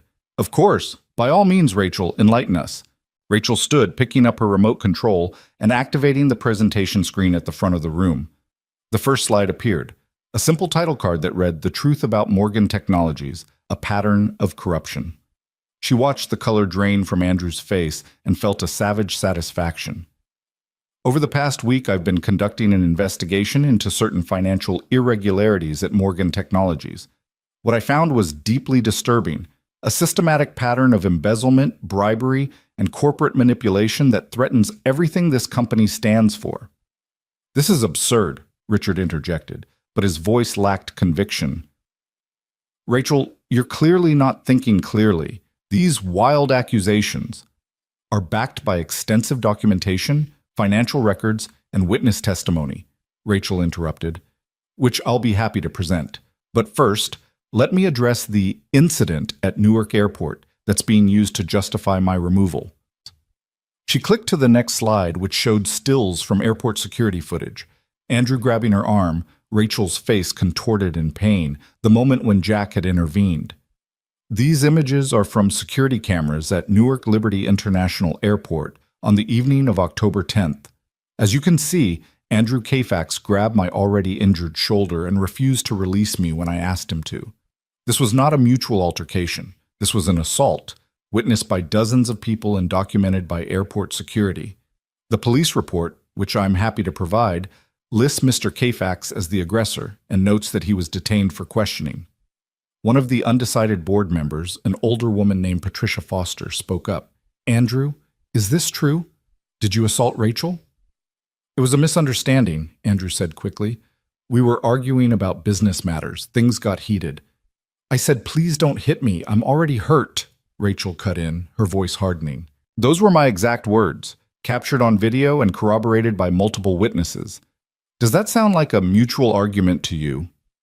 The room had gone very quiet. Rachel could see some board members looking at Andrew with new suspicion, while others, his allies, were starting to look worried about where this was going. But let's move past my personal situation, Rachel continued, clicking to the next slide. Because what Andrew Kayfax did to me personally is far less important than what he's been doing to this company. For the past 18 months, Mr. Kayfax has been systematically embezzling funds from Morgan Technologies through a shell company called Kayfax Strategic Advisors. The next series of slides showed financial records, payments to the consulting firm traced back to Andrew's brother, patterns of fund transfers that made the embezzlement clear. Rachel walked the board through each piece of evidence methodically, watching as comprehension dawned on the faces of those who hadn't been part of Andrew's scheme. In total, Andrew Kayfax has stolen approximately $8 million from this company, Rachel said. But that's not all. He's also been using company funds to bribe board members, paying them through speaking fees, advisory contracts, and stock options in his brother's company in exchange for their votes on key issues. She clicked to another slide showing the connections between payments and voting patterns. Notice how every major decision that went against my recommendations, shelving the cancer detection software, approving the merger with Kayfax Tech, expanding Andrew's authority as CFO, was preceded by payments to specific board members. Payments that weren't disclosed, weren't approved by the full board, and appear to constitute clear violations of fiduciary duty. This is slander. One of the compromised board members, a venture capitalist named Derek Stone, jumped to his feet. You can't just throw around accusations like this without evidence? Rachel interrupted smoothly. But I have evidence, Mr. Stone. Extensive evidence, including records showing that you personally received $450,000 in consulting fees from Kayfax Strategic Advisors over the past year. Curious, isn't it, how those payments correlate with your votes in favor of Mr. Kayfax's proposals?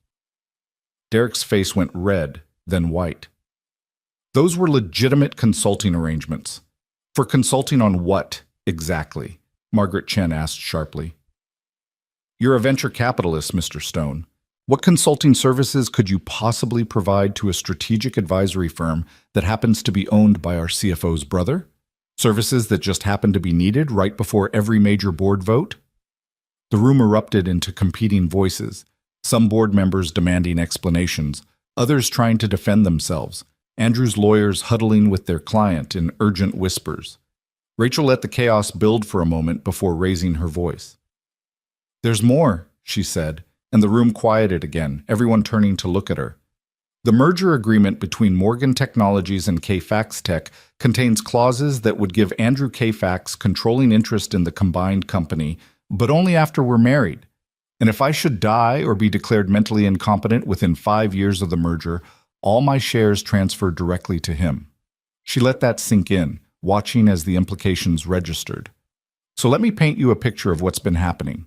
Andrew Kfax has been embezzling millions from this company while simultaneously bribing board members to support his agenda. He orchestrated a merger that would give him control of everything I've built, contingent on our marriage. And when I started asking too many questions, when I began to resist his control, he became increasingly aggressive, culminating in a public assault that he's now trying to spin as evidence of my instability.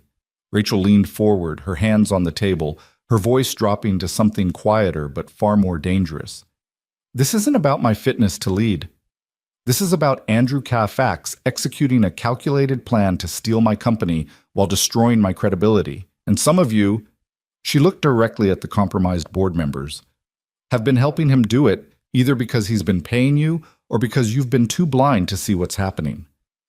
You have no proof of any of this, Richard said, but his voice wavered. These are just conspiracy theories, wild accusations from someone who's clearly having a breakdown. Actually, a new voice said from the doorway, we have extensive proof. Everyone turned to see two people entering the boardroom, a woman in a crisp FBI suit and a man wearing the badge of the Securities and Exchange Commission. Margaret Chen had clearly made good on her promise to bring in law enforcement. Special Agent Jennifer Morales, FBI White Collar Crime Division, the woman said, flashing her credentials. And this is Investigator Peter Chen from the SEC. We've been reviewing the evidence Miss Morgan provided regarding financial crimes at Morgan Technologies, and we have some questions for several individuals in this room. The reaction was immediate and dramatic. Derek Stone bolted for the door, only to find it blocked by additional federal agents. Two other compromised board members started talking over each other, trying to explain their innocence. Andrew's lawyers immediately invoked attorney-client privilege and told him not to say anything. And Richard Morgan looked like he might actually be sick, all his smug confidence evaporating as federal investigators began reading people their rights.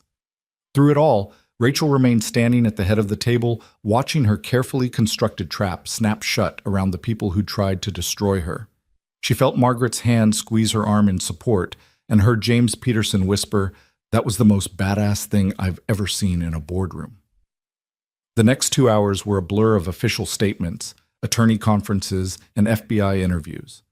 Andrew was led out in handcuffs, his lawyers protesting loudly but ineffectively, along with 3 board members who'd been most deeply implicated in the bribery scheme. Richard managed to avoid immediate arrest, but was informed that he was under investigation and should retain legal counsel. By noon, the boardroom had cleared of everyone except Rachel, Margaret, James, Susan, David, and Patricia Foster. The board members who'd either been her allies from the start or had quickly aligned themselves with her once the evidence became clear. I think it's safe to say that was the most eventful board meeting in Morgan Technologies history, David Kim said dryly, pouring himself a stiff drink from the bar cart in the corner of the room. Rachel, I've been in this industry for 4 decades, and I have never seen anything like what you just pulled off. I had help, Rachel said, sinking into a chair with sudden exhaustion now that the adrenaline was wearing off. A lot of help. Margaret, you coordinated with law enforcement. James, you brought in outside counsel. Susan, you prepared the investor statements. I couldn't have done this alone. But you're the one who uncovered it, Patricia Foster pointed out. You're the one who could have walked away, who could have accepted the settlement they were probably prepared to offer you, and instead chose to fight. That took extraordinary courage.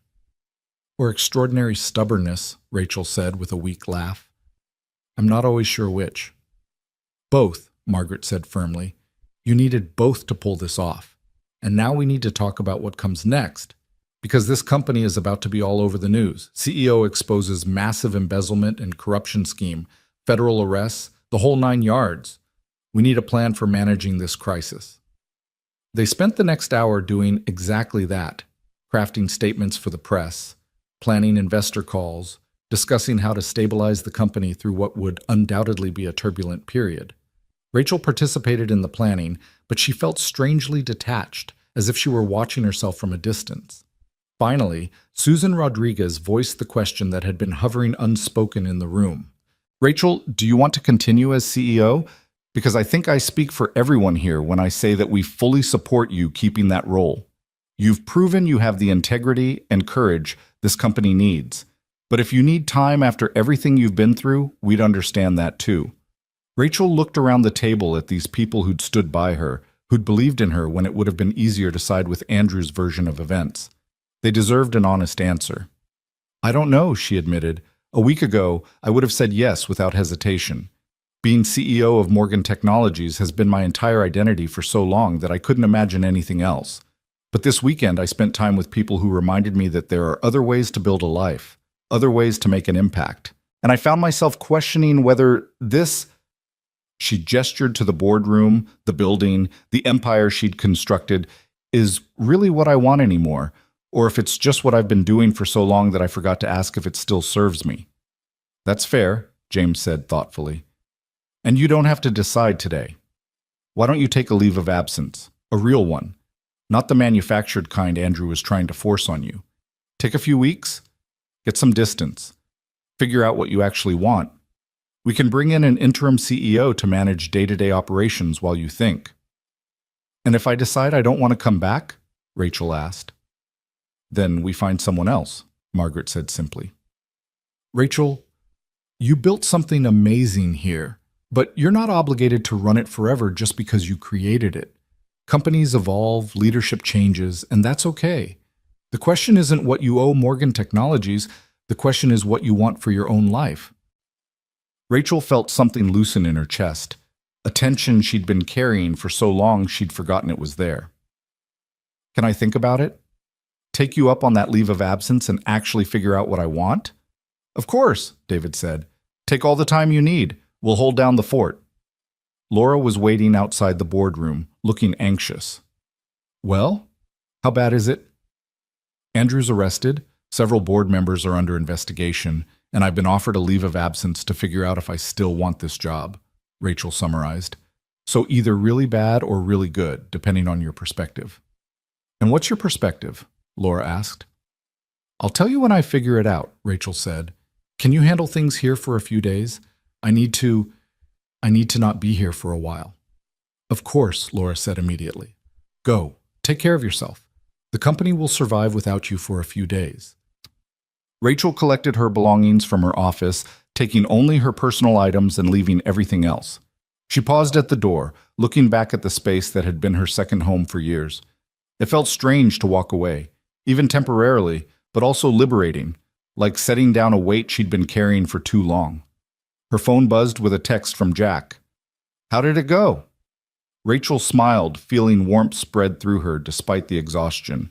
She typed back, I won. Can you pick me up? I'm ready to come home. His response was immediate. On our way. Sophie's bringing celebratory cookies she insisted we bake this morning. Rachel made her way down to the lobby, ignoring the stares and whispers from employees who'd clearly heard that something dramatic had happened on the executive floor. The rain had stopped, and weak afternoon sunlight was breaking through the clouds, painting the street in gold and shadow. Jack's car pulled up 15 minutes later, and Rachel climbed in to find Sophie practically bouncing in her seat. Did you beat the bad people? Sophie demanded. Daddy wouldn't tell me anything except that you were okay, but I want to know if you won. I won, Rachel confirmed, accepting the slightly misshapen cookie Sophie thrust into her hands. The bad people are in a lot of trouble, and the company is safe. I knew you would win, Sophie said with absolute confidence, because you're brave like Wonder Woman, and bad people never win when brave people stand up to them. That's how stories work. If only real life were as simple as stories, Rachel murmured, but she was smiling. Jack caught her eye in the rear-view mirror. You okay? I'm exhausted, emotionally drained, and questioning every life choice I've made for the past decade, Rachel said honestly. But yeah, I'm okay. Better than okay, actually. I feel like I can breathe for the first time in years.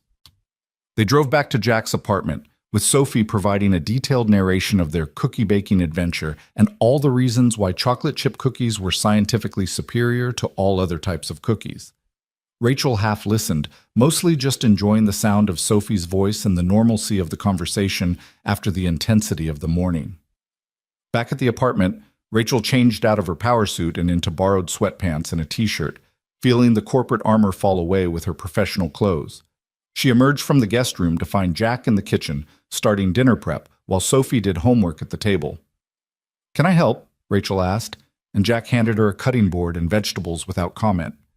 They worked in companionable silence for a while, falling into the rhythm they'd established over the weekend. Rachel found the repetitive motion of chopping vegetables soothing, grounding her back in the present moment after the surreal drama of the morning. "So what happens now?" Jack asked eventually. "With the company, I mean." "They offered me a leave of absence," Rachel said. "Time to figure out if I still want to be CEO or if I want to do something different with my life." "And what do you want?" Rachel set down her knife and looked at him. "Honestly, for the first time in my adult life, I have no idea. And that's terrifying, but also kind of exciting. I've spent so long following a predetermined path, build the company, grow the company, defend the company, that I never stopped to ask if that path was taking me where I actually wanted to go." "Where do you want to go?" Sophie piped up from the table, apparently listening to their conversation despite appearing focused on her math worksheet. "I don't know yet," Rachel admitted, "but I think I'd like to spend some time figuring that out.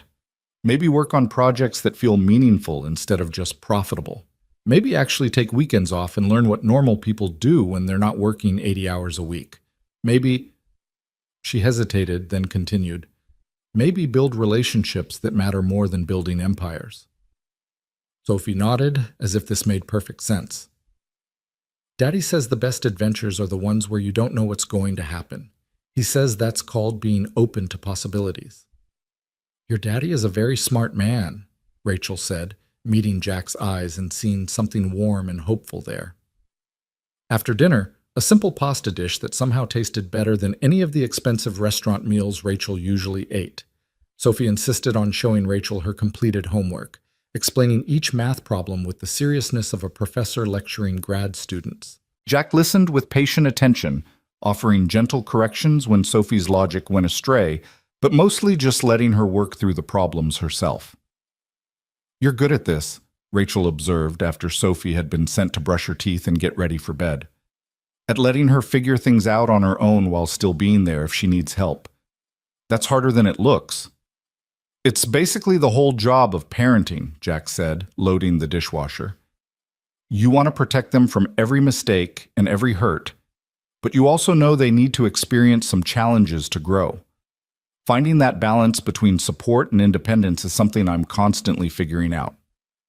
"Is that your subtle way of giving me advice about my own situation?" Rachel asked with a slight smile. "Maybe," Jack admitted. "You've been working incredibly hard to fix your company, to protect what you built, and that's admirable. But at some point, you might need to let it figure things out on its own while you focus on your own growth. Morgan Technologies is strong enough to survive without you micromanaging every detail. The question is whether you're strong enough to let it." "You're doing it again," Rachel said. "That thing where you say something simple that completely reframes how I'm thinking about everything." "It's a gift," Jack said with mock solemnity. "One of my few talents, along with making pancakes and removing splinters without causing emotional trauma." Sophie called from her room, requesting bedtime stories, and Jack excused himself to handle the nighttime routine. Rachel cleaned up the rest of the kitchen, finding satisfaction in the simple domestic task. Through the walls, she could hear Jack's voice reading some story about magical creatures, his tone animated and engaging.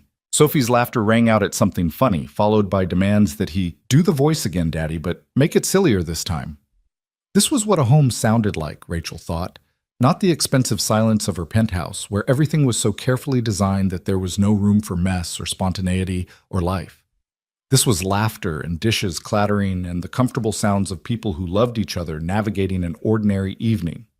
When Jack emerged from Sophie's room half an hour later, he found Rachel curled up on the couch with one of his books, a thriller she'd been halfway through over the weekend. She finally settled down, Jack said, collapsing into the armchair with a sigh. But not before making me promise that you'd still be here for breakfast tomorrow. Apparently you're now a permanent fixture in her morning routine. Is that okay? Rachel asked. I don't want to overstay my welcome or confuse her about what this is. What is this? Jack asked directly, his eyes meeting hers. Because I know we said we'd figure it out later, after your corporate crisis was resolved. But it's later now, and I think we should probably talk about it. Rachel set down her book, her heart beating faster. I care about you, both of you, more than I probably should after less than a week. And I know that's crazy that normal people don't develop feelings this quickly, but there's nothing normal about how we met or the circumstances that brought me here. I care about you too, Jack said quietly. But Rachel, I have to be careful. Sophie's already attached to you. She's talking about you like you're part of our family, making plans that include you in our future. And if you're just figuring things out and I'm part of that exploration, I need to know. Because I can handle my own heart getting broken. I've done it before. But I won't let Sophie get hurt because I wasn't careful enough about who we let into our lives. I understand, Rachel said, and she did. You're protecting her. That's exactly what a good parent should do. And I can't promise you I have everything figured out because I don't. A week ago, I was engaged to someone else, running a company, living a completely different life. Now I'm here, questioning everything, not sure what I want or where I'm going. Then maybe we should slow down, Jack suggested, though his expression suggested the words cost him something. Maybe you should take that leave of absence, get your own place, figure out your life without the complication of whatever this is between us. And then, when you're more settled, when you know what you want, we can revisit this conversation. Rachel knew he was right, knew it was the sensible, mature, responsible thing to do. But looking at him across the small living room, thinking about walking away from the peace she'd found in this modest apartment, the idea felt unbearable. What if I don't want to slow down? She asked quietly. What if I've spent my entire life being sensible and careful and planning every move, and I'm tired of it? What if for once I want to make a decision based on how I feel instead of what makes strategic sense? Then tell me how you feel, Jack said, leaning forward in his chair. Not what you think you should feel. Not what would be convenient or logical, just the truth. Rachel took a deep breath, forcing herself to be as honest as she'd been in that boardroom this morning. I feel like I found something here that I didn't even know I was missing. I feel like when I'm with you and Sophie, I can be myself instead of performing some version of myself that other people expect. I feel like this apartment, this cramped, modest space with its secondhand furniture and crayon drawings, feels more like home than my penthouse ever did. And that terrifies me because I barely know you, and this could all fall apart and I could end up hurt or, worse, I could hurt Sophie, but I also feel like if I walk away without even trying, I'll regret it for the rest of my life. Jack was quiet for a long moment, and Rachel felt her heart hammering against her ribs, waiting for his response. Finally, he stood and crossed to the couch, sitting beside her and taking her hand in his. Okay, he said simply. Then let's try. But we do this right, slow, careful, putting Sophie's needs first. You get your own place so you have space to figure out your life. We date like normal people, not like you're a refugee I took in during a crisis. And we're honest with each other about how this is working, especially if it stops working. Deal? Deal, Rachel agreed, then added with a slight smile.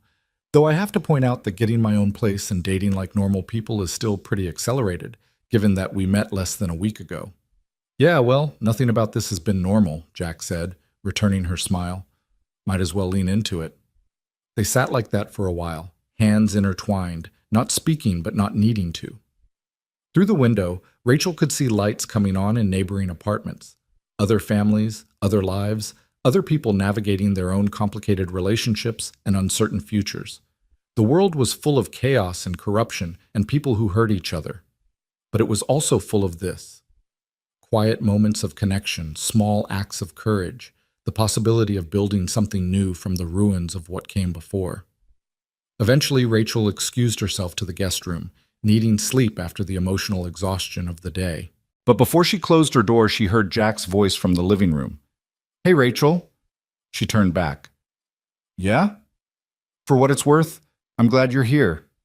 Glad you're part of our lives now. Whatever happens next, this week, it's meant something, to both of us." "To me too," Rachel said softly. "More than you know." That night, lying in the familiar guest bed with its handmade quilt and lavender-scented sheets, Rachel thought about the conversation with Jack and the decision she'd made to stay, to try, to build something with these people who'd reminded her what mattered. It was risky and uncertain and possibly stupid. But it was also real in a way that nothing in her carefully constructed life had been for years. She thought about Morgan Technologies and the decision she'd eventually need to make about her role there. She thought about the cancer detection software that could save lives if she could find a way to bring it to market outside the corporate structure that had tried to bury it. She thought about possibilities and fresh starts, and the terrifying freedom of not having her entire future mapped out. But mostly, she thought about Jack's steady presence and Sophie's unconditional affection and the way this small apartment had become a sanctuary when she'd needed it most. She thought about pancakes and hiking trails and telescope lessons still to come. She thought about building a life based on what brought her joy instead of what brought her success. And for the first time in longer than she could remember, Rachel Morgan fell asleep with a smile on her face, not because she had all the answers, but because she'd finally found the courage to start asking the right questions. 3 months later, Rachel stood in front of a converted warehouse in Newark, keys in hand, and felt something she'd almost forgotten: genuine excitement about the future. The building wasn't much to look at from the outside. Red brick weathered by decades of industrial use, windows that needed replacing, a loading dock that hadn't seen a truck in years. But inside, Rachel saw possibility. "You're sure about this?" Laura asked, standing beside her with a tablet full of renovation plans and budget projections. "It's a big risk, walking away from Morgan Technologies to start something completely new." "I'm terrified," Rachel admitted. "But I'm also more certain about this than I've been about anything in years. Morgan Tech was my mother's dream that became mine by default. This," she gestured to the warehouse, "this is actually mine." The past 3 months had been a whirlwind of change. Rachel had officially resigned as CEO of Morgan Technologies, though she'd retained her seat on the board and a significant equity stake. The company had weathered the scandal better than expected, largely because Rachel's decisive action in exposing the corruption had been seen as evidence of strong leadership rather than instability. With Andrew in federal custody awaiting trial and the compromised board members removed, Morgan Tech had actually seen its stock price rise as investors gained confidence in the company's renewed commitment to ethical practices. But Rachel had discovered something during her leave of absence. She didn't miss the boardroom battles or the constant pressure to maximize shareholder value.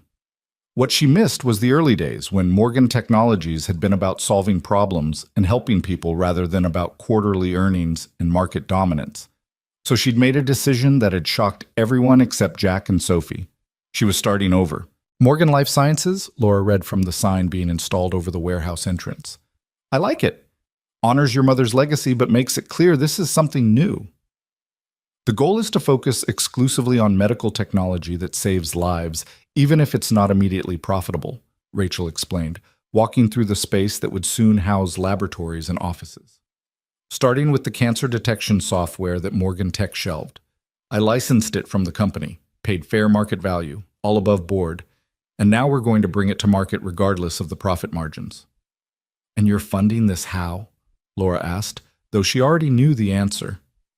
"Combination of my own money, grant funding, and investors who care more about impact than returns," Rachel said. "I pitched at a social venture capital forum last month. Jack and Sophie came to watch, and having them in the audience reminded me why I was doing this. The investors stood up and applauded when I finished. We're fully funded for the first 2 years." Laura smiled, remembering that pitch. She'd been there too, watching Rachel present with a passion and authenticity that had been missing from her corporate presentations for years. This wasn't CEO Rachel performing for shareholders. This was Dr. Rachel Morgan. She'd started using her PhD again, sharing research that could change the world. So when do you officially move in here? Laura asked. Next week, Rachel said. I've hired a small team, 3 researchers from Morgan Tech who are frustrated by the commercial focus, 2 software engineers who believe in the mission, and a project manager who has experience bringing medical devices through FDA approval. It's lean, but that's intentional. I don't want to build another empire. I want to build something meaningful. And where does that leave you and Jack? Laura asked carefully. She'd watched her former boss navigate this new relationship over the past 3 months, with unusual caution, clearly trying to do things right. Rachel's face softened at the mention of Jack's name. We're taking it slow. I got my own apartment, small place about 10 minutes from his, nothing fancy.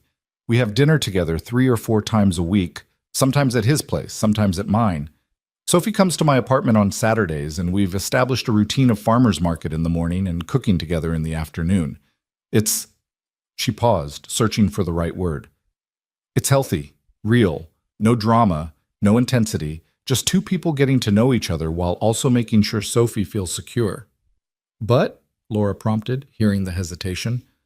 But I'm ready for more, Rachel admitted. I know we agreed to take things slow and I understand why. But 3 months in, I'm more certain about him than I was about Andrew after 3 years. Jack grounds me, challenges me, makes me want to be better. And Sophie... Rachel's voice caught slightly. Sophie's become one of the most important people in my life. When I imagine my future now, they're both in it, centrally in it. Have you told Jack that? Not yet, Rachel said. I've been waiting for the right moment, which is probably just me being scared. What if he doesn't feel the same way? What if I'm rushing things again and he thinks I'm not ready for serious commitment? Rachel, Laura said with the frankness of someone who'd worked closely with her for years, that man looked at you like you hung the moon the first time I met him. When he brought Sophie to your pitch presentation and she held up a handmade sign that said, "Go Ms. Morgan," he was watching you with this expression of complete adoration. He's not going to think you're rushing things. He's probably waiting for you to catch up to where he already is. Before Rachel could respond, her phone rang. Jack's name appeared on the screen, and she answered with a smile that was becoming automatic whenever she heard from him. "Hey, you," she said. "What's up?" "Quick question," Jack said, and she could hear Sophie singing in the background. "Sophie wants to know if you can come to her piano recital tonight.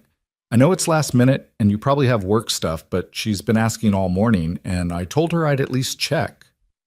"What time?" Rachel asked, warmth flooding through her at the invitation. 7 o'clock at the school auditorium. She's playing Fur-Elise, and she's nervous about it, but she said having you there would help her be brave. Rachel checked her calendar, though she already knew she'd move anything to be there. "Tell Sophie I wouldn't miss it for the world. I'll be in the front row." "You don't have to sit in the front row," Jack said, but she could hear the pleasure in his voice. "Parents usually take those seats."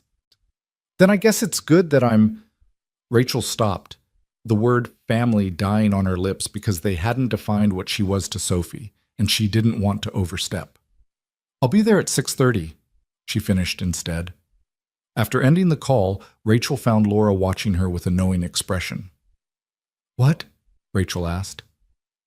"You're in love with him," Laura said simply, "and with Sophie. And you're terrified of admitting it because the last time you trusted someone with your heart, he tried to steal your company and have you declared incompetent." "When did you become so perceptive about my personal life?" Rachel asked, but she didn't deny it. "I've been working with you for 5 years, Laura said. "I know when you're calculating business risks versus when you're dealing with emotional ones. This is emotional, and you're overthinking it. Just tell the man how you feel. What's the worst that could happen?" "He could not feel the same way, and I'd lose the best thing in my life," Rachel said quietly. "Or he could feel exactly the same way, and you'd gain everything you've been missing," Laura countered. "Rachel, you walked into a boardroom and faced down federal charges, exposed massive corruption, and risked your entire career for what was right.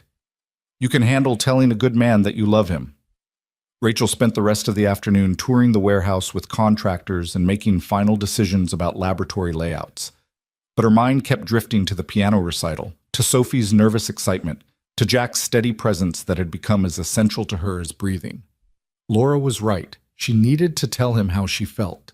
Tonight, after the recital, she'd find the courage to be as honest about her feelings as she'd been about Andrew's corruption.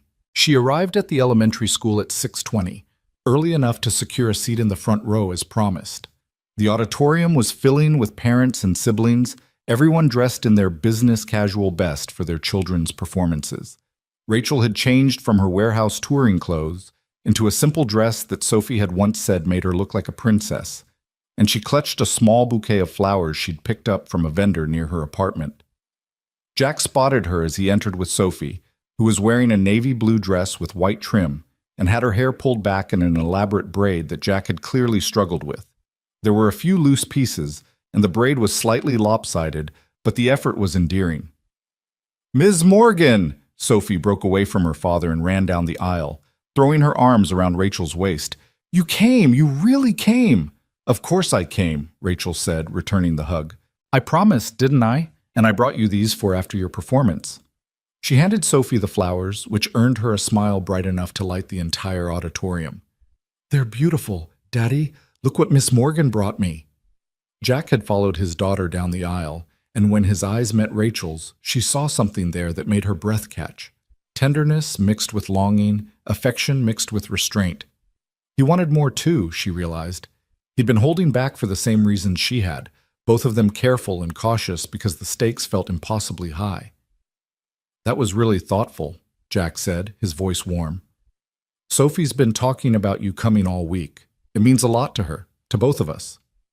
Sophie's music teacher called for performers to head backstage, and Sophie squeezed Rachel's hand one more time before scampering off, clutching her flowers like a talisman. Jack settled into the seat beside Rachel, their shoulders touching in the crowded auditorium. "How was the warehouse?" Jack asked quietly as the lights began to dim. "Perfect," Rachel said. "Absolutely perfect. We start moving in equipment next week, and we should be operational within a month. It's really happening, Jack. I'm actually doing this." "I never doubted you would," Jack said, and the simple confidence in his voice made Rachel want to kiss him right there in the elementary school auditorium. The recital began with younger students playing simple pieces with varying degrees of success. Parents clapped enthusiastically regardless of mistakes, and Rachel found herself charmed by the whole thing. The nervous giggles, the proud parents, the sense of community that came from supporting children in their achievements, however small.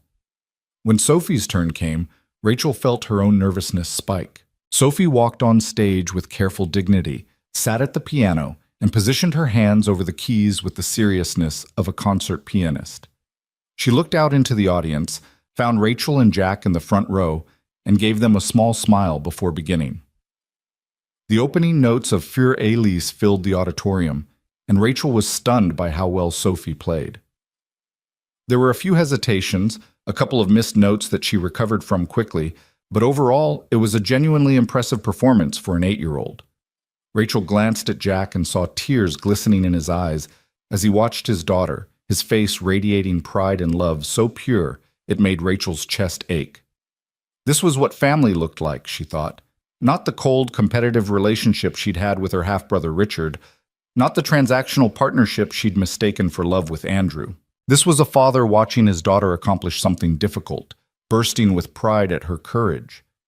This was a child looking into the audience for the people who mattered most, needing their presence to feel brave enough to perform, and Rachel was part of it now. Sophie had looked for her, had needed her there. Jack had called to invite her, had saved her a seat in the front row. Somehow, in just 3 months, she'd been woven into the fabric of their small family, become essential to their happiness in a way that still amazed her. When Sophie finished, the applause was thunderous, probably louder than was strictly warranted by the performance, but that was what you did for kids who were brave enough to try. Sophie stood and took a formal bow, then bounded off the stage and straight into her father's arms. "Did you see? I did it. I didn't mess up too much." "You were amazing, baby girl," Jack said, holding her tight. "I'm so proud of you." Sophie turned to Rachel, still in her father's arms. "Did I make you proud too, Miss Morgan?" "So proud," Rachel said, her voice thick with emotion she wasn't entirely prepared for. "You were absolutely brilliant, Sophie. Beautiful and brave and perfect." After the recital, they went for ice cream at Sophie's favorite shop, a local place with mismatched furniture and flavors named after local landmarks. Sophie talked non-stop about the recital, reliving every moment and analyzing her performance with the intensity of a professional musician. "I think I need to practice the middle section more," Sophie said seriously, attacking her chocolate chip cookie dough with determination. "Mrs. Patterson says the transitions are the hardest part, and that's where I almost messed up. But I recovered well, didn't I, Daddy?" "You recovered perfectly," Jack confirmed. "That's the mark of a real performer. Not whether you make mistakes, but how you handle them when you do." "Is that like in business?" Sophie asked Rachel. "You told me that when you found out the bad people were doing bad things, you had to figure out how to fix it. That's like recovering from a mistake, right?" "Very similar," Rachel agreed, impressed as always by Sophie's ability to connect seemingly disparate concepts.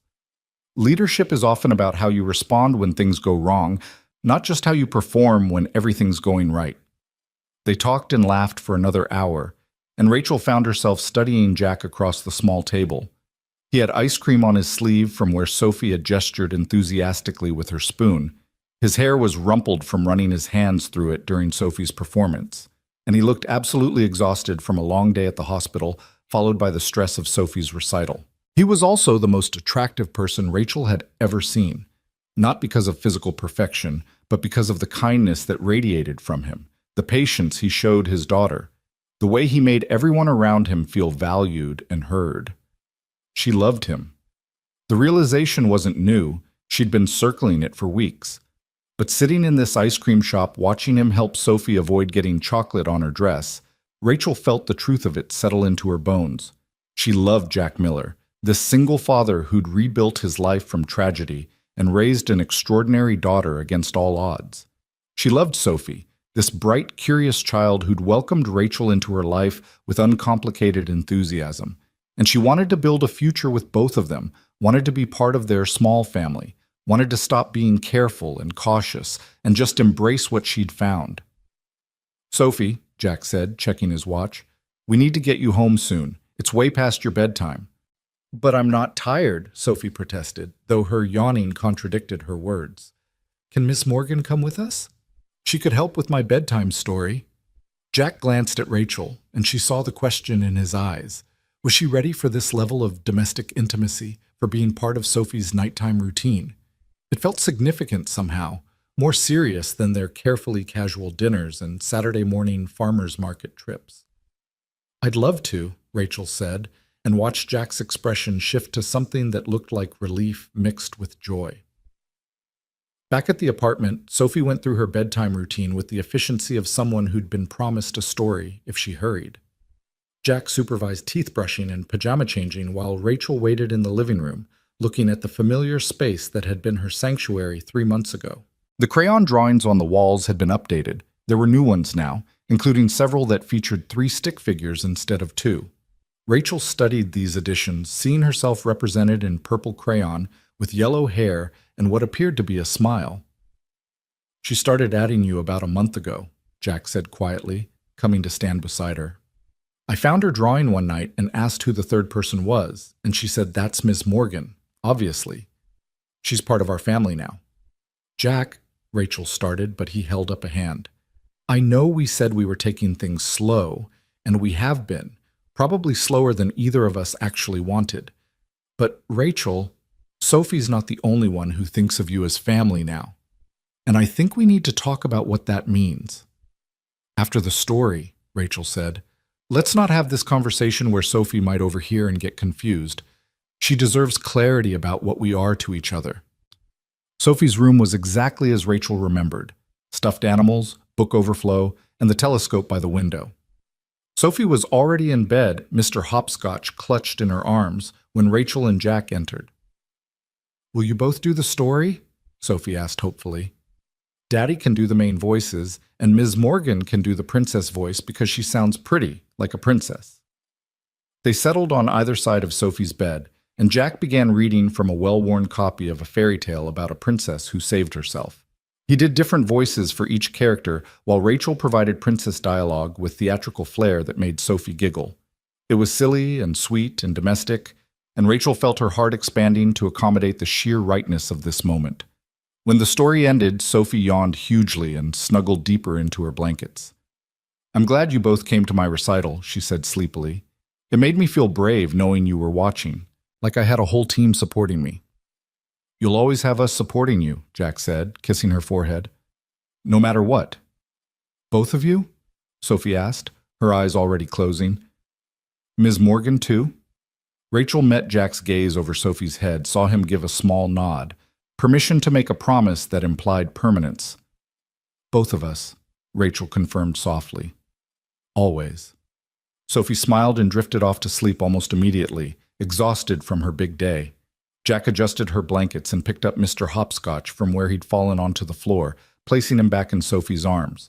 Then he and Rachel crept out of the room, leaving the door cracked open and the nightlight glowing. In the living room, they stood facing each other with the weight of everything unsaid hanging between them. Finally, Jack spoke.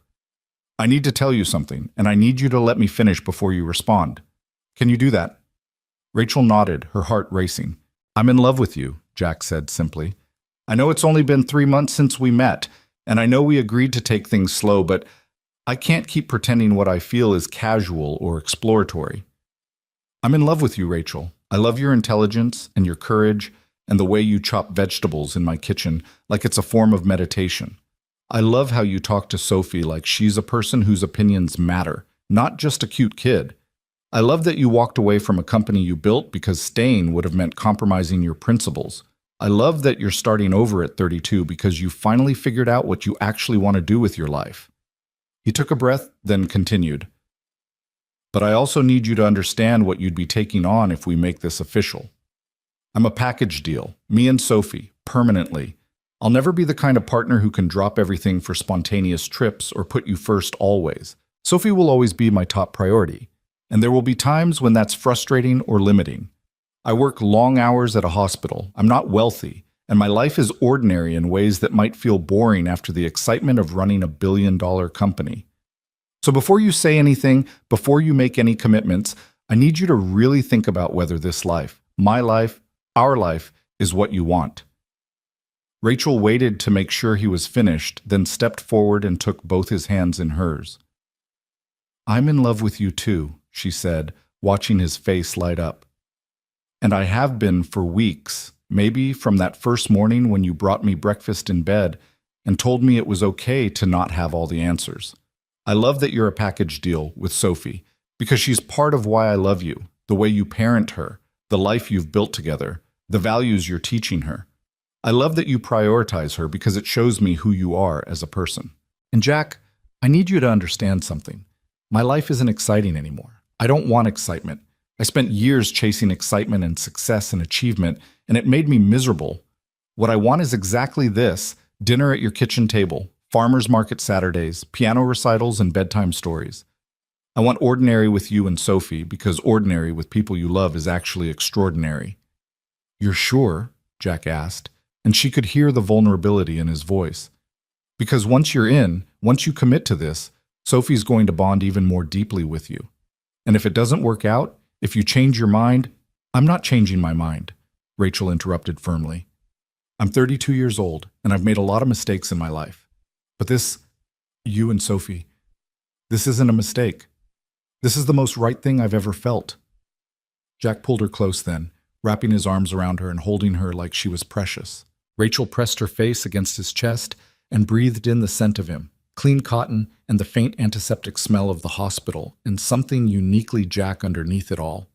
She felt his heart beating against her cheek and thought about how 3 months ago she'd been running from an abusive relationship and a corrupt company, lost and alone and convinced she'd failed at everything that mattered. Now she was here, in the arms of a man who loved her for who she actually was rather than what she could provide. She'd walked away from a billion-dollar empire and felt lighter for it. She'd started a new company focused on saving lives rather than maximizing profits. She'd found a family in the most unexpected place, a single father and his daughter who'd shown her what home really meant. So what happens now? Rachel asked, pulling back slightly to look up at Jack. Now we stop taking it slow, Jack said with a smile. Now we build this thing for real. But Rachel, I need to be honest with you about something else.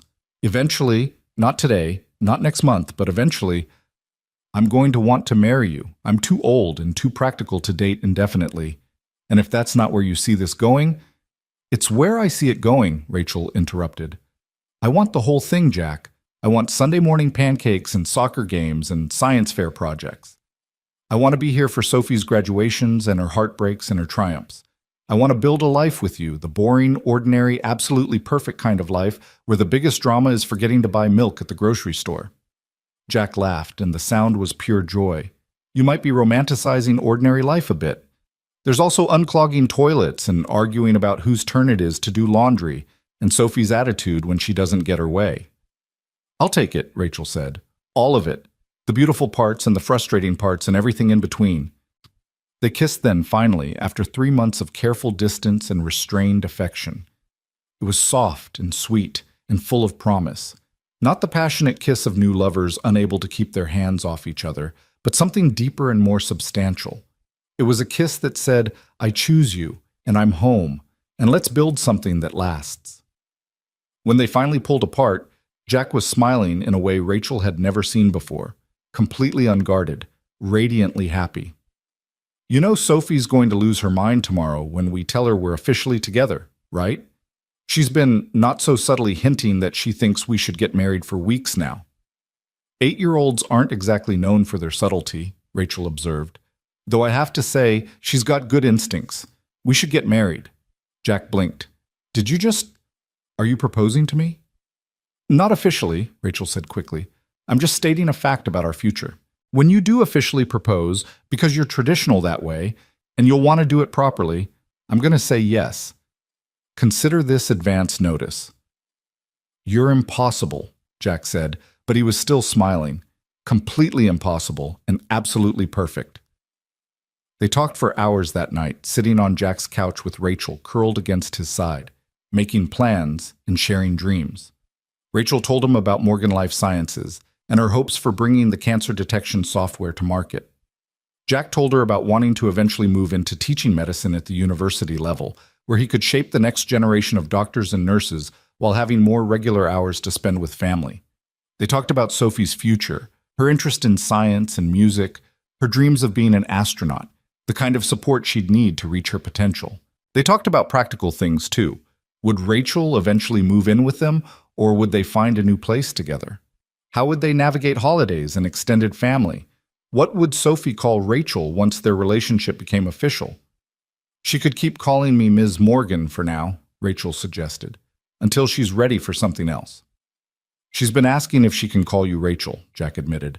I told her she needed to ask your permission first, but I think eventually she's going to want to call you Mom, and I need to know how you'd feel about that. Rachel was quiet for a long moment, absorbing the magnitude of what he was asking. Taking on a parental role for Sophie wasn't something to agree to lightly. It meant responsibility and commitment that went beyond romantic love for Jack. It meant showing up for school conferences and doctor's appointments, for bad moods and teenage rebellion, for everything that came with raising a child.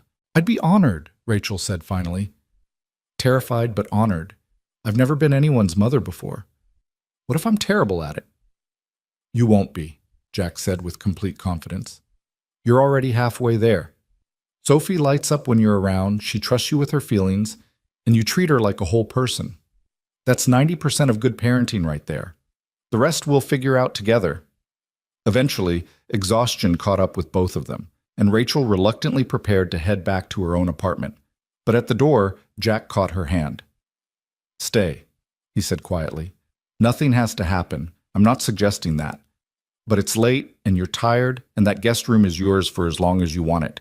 Stay, and in the morning, we'll tell Sophie together that this is real now, that you're part of our family officially. Rachel stayed. She woke the next morning to the sound of Sophie's excited chatter and the smell of coffee brewing. For a moment she was disoriented, caught between sleeping and waking, unsure where she was. Then memory flooded back. The recital, the conversation with Jack, the promises they'd made. And Rachel smiled. She found Jack in the kitchen making pancakes while Sophie sat at the table drawing, both of them still in their pajamas. Miss Morgan! Sophie jumped up when Rachel appeared.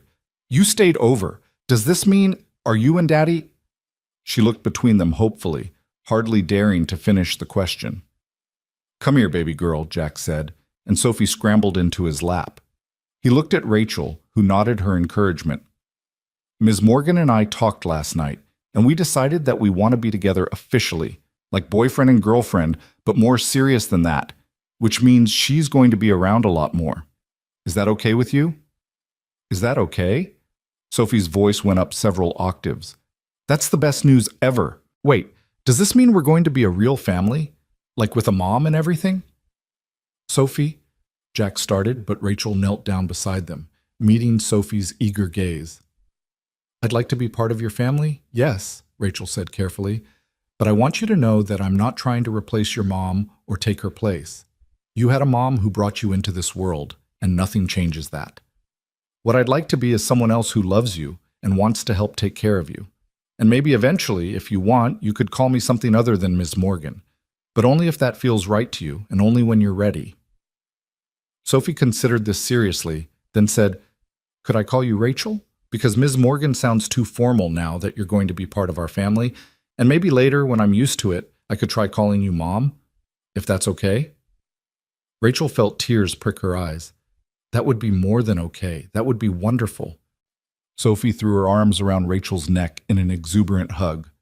This is the best day ever, even better than my birthday. Can we call Aunt Marie and tell her? And can Rachel come to the park with us today? And can we— Breathe, baby girl, Jack said with a laugh. Yes to all of that, but first, pancakes. We can't make important family plans on an empty stomach. They spent the day as a family, official now, not just a single dad and his daughter and the woman who'd been carefully orbiting their lives. They went to the park where Jack and Sophie had their favorite hiking trail, and Rachel finally got to experience the full tour with Sophie's enthusiastic narration. They had a picnic lunch on Sophie's Thinking Rock, and Rachel listened while Sophie talked about her dreams for the future, how she wanted to be an astronaut but also maybe a piano teacher, and couldn't she do both? You can do anything you want, Rachel told her. That's the beauty of life. You don't have to figure it all out now. You get to explore and try new things and change your mind as you grow. Like you did, Sophie pointed out. Daddy told me you used to run a big company, but now you're starting a new company that helps sick people. You changed your mind about what you wanted to do. Exactly like that, Rachel confirmed. I spent a lot of years doing what I thought I was supposed to do, and then I finally figured out what I actually wanted to do. And you know what helped me figure it out? What? Sophie asked. Meeting you and your dad, Rachel said simply. You showed me that there are more important things than being successful in the way I thought success meant. You showed me what really matters. That afternoon, they called Jack's sister Marie to share the news. Marie's excited congratulations came through the speakerphone along with demands to meet Rachel properly and invitations to family dinners and barely veiled threats about what would happen if Rachel ever hurt her brother or niece.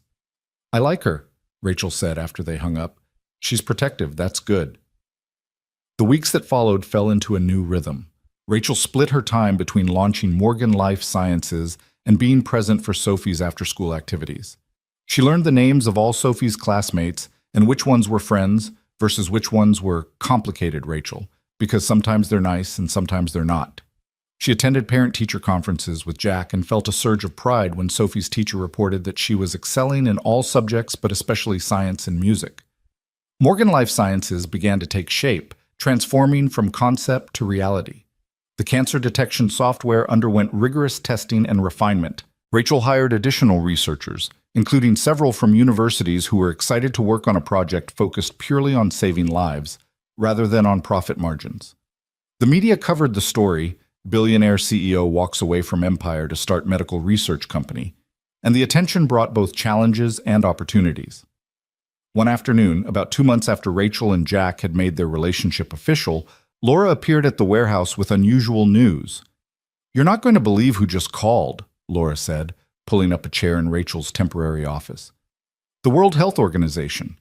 They want to partner with us to bring the cancer detection software to developing countries. They're offering funding, distribution networks, everything we'd need to make this technology accessible globally. Rachel stared at her. Are you serious? Completely serious. They saw the coverage of what you're doing and reached out. Rachel, this could be huge. Not financially, they're offering grants and support, not investment returns. But in terms of impact, we're talking about millions of lives potentially saved. Rachel thought about her mother. who died of cancer that had been detected too late. She thought about all the people who lost loved ones because diagnostic tools weren't available or affordable when they needed them.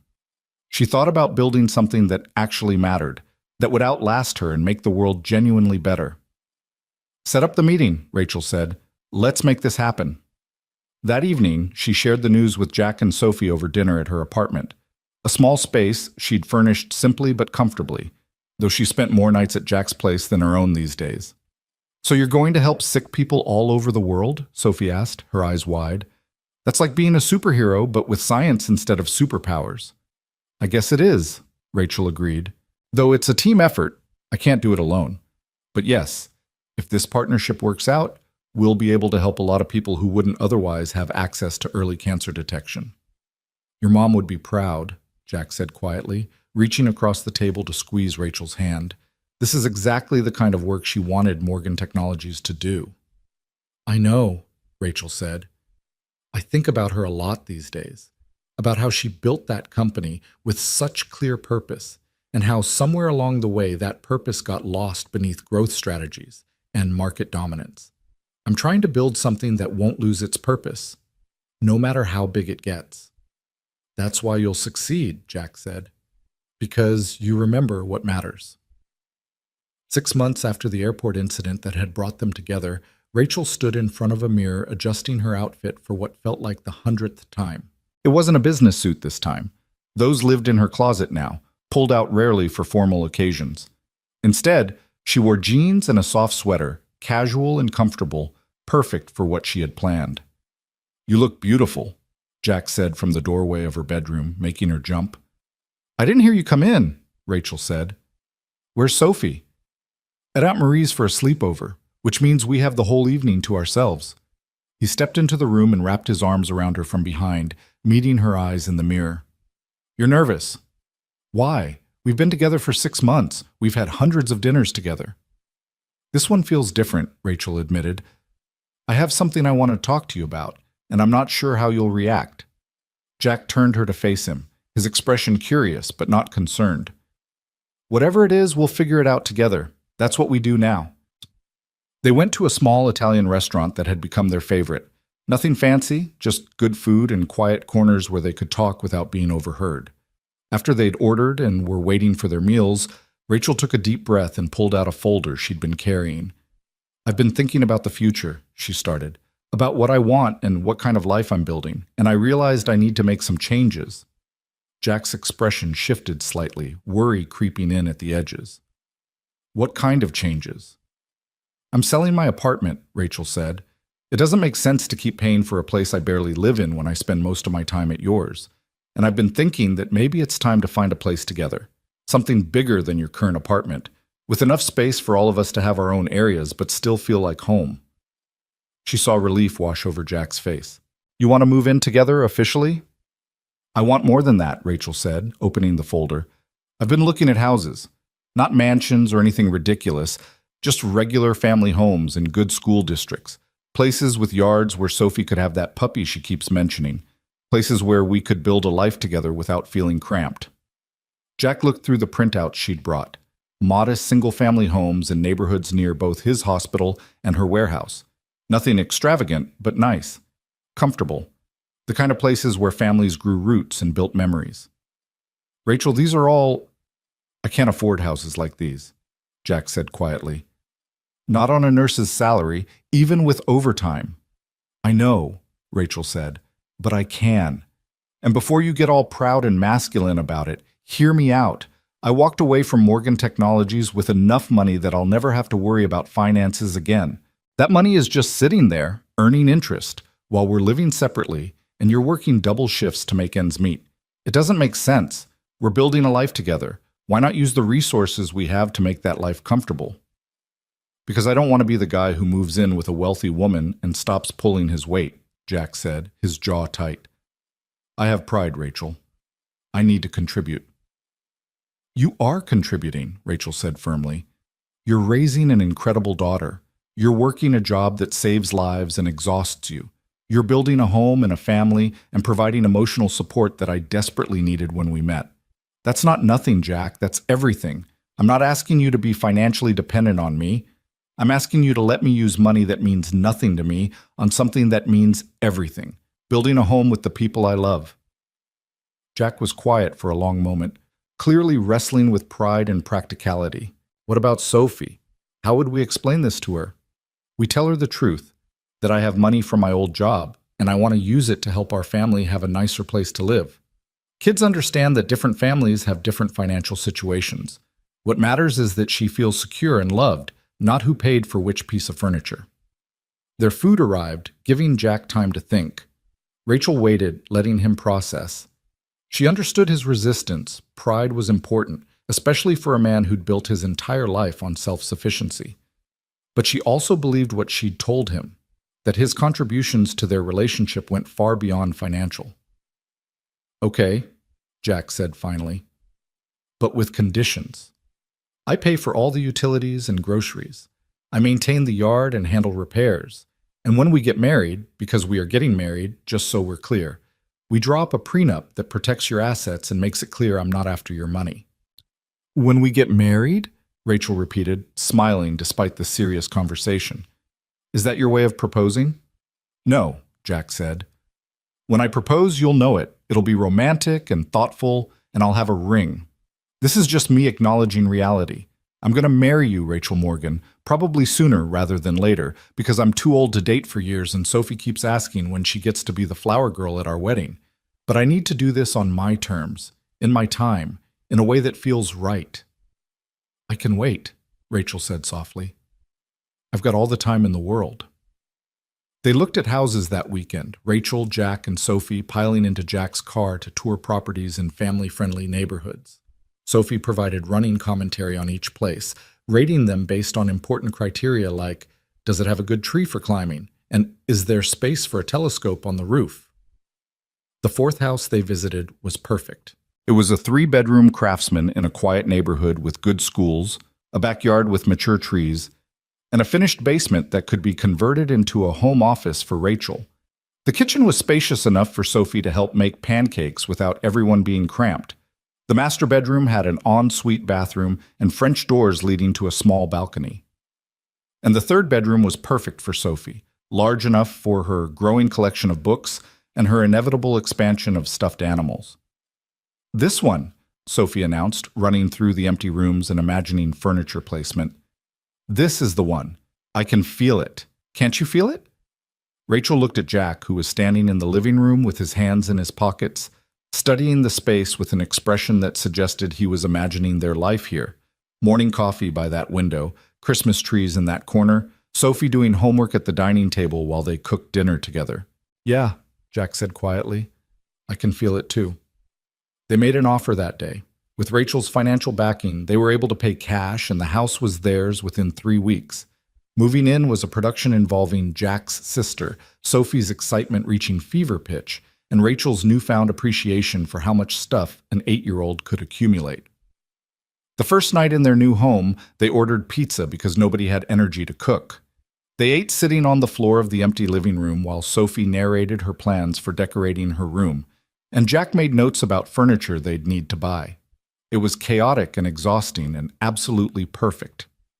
After Sophie was asleep in her new room, still mostly empty except for her bed and Mr. Hopscotch, Rachel and Jack stood on the back porch looking at their yard in the moonlight. "Are you happy?" Jack asked, pulling her close against the evening chill. "Happier than I've ever been," Rachel said honestly. 6 months ago, I was miserable and didn't even know it. I thought success was supposed to look like corner offices and board meetings and building empires. And then I met you and Sophie, and you showed me that success can look like this: a house full of love and laughter, meaningful work that helps people, and coming home every night to people who actually care about who I am rather than what I can do for them. You gave us a lot too, Jack said. You gave Sophie a mother figure who challenges her intellectually and shows her what strong women can accomplish. You gave me a partner who understands that love isn't about grand gestures, but about showing up consistently. And you gave both of us a sense of family that extends beyond just the two of us. Morgan Life Sciences officially launched 2 months later with a press event that drew international attention.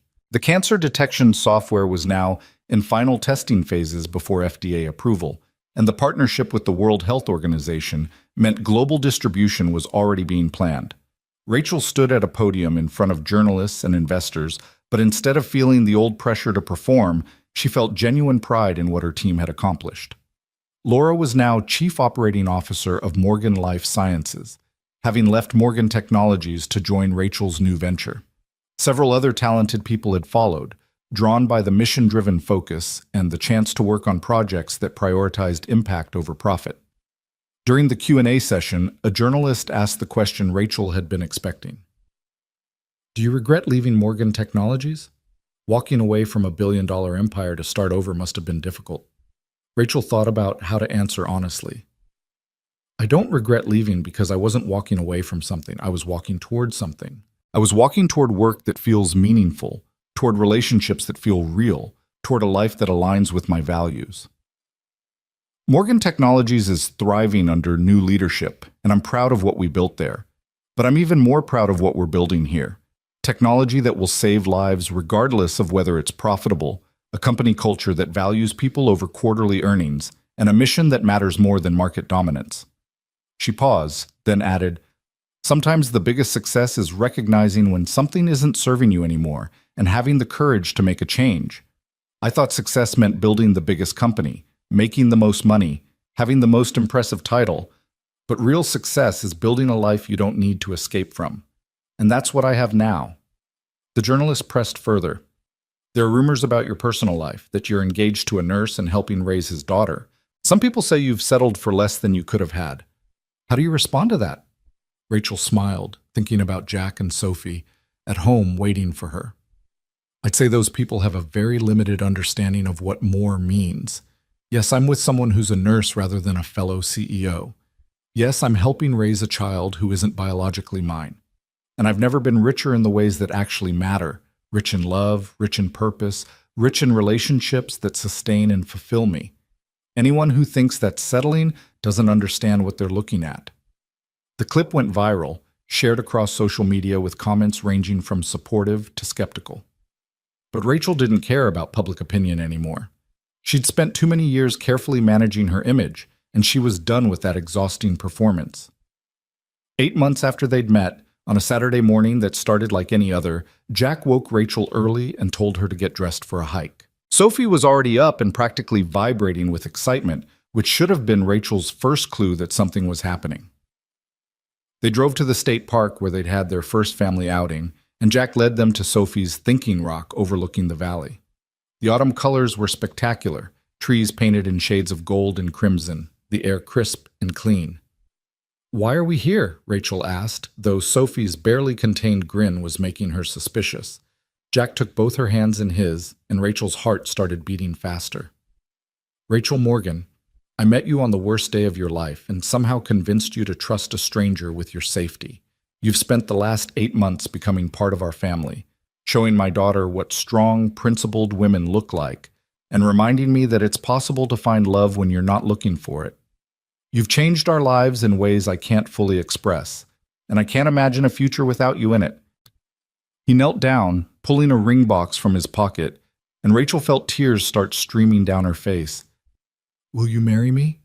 Will you officially become Sophie's mom and my wife and make this family complete? Say yes, Sophie shouted from where she'd been standing nearby, unable to contain herself any longer. Say yes, Rachel. I helped pick out the ring. Rachel laughed through her tears, looking at the ring, a simple but beautiful diamond that reflected the morning light. Yes, she said, pulling Jack to his feet and kissing him while Sophie cheered. Yes to all of it. Yes to being your wife and Sophie's mom and building this life together. Sophie threw herself at both of them, and they stood there on the rock overlooking the valley.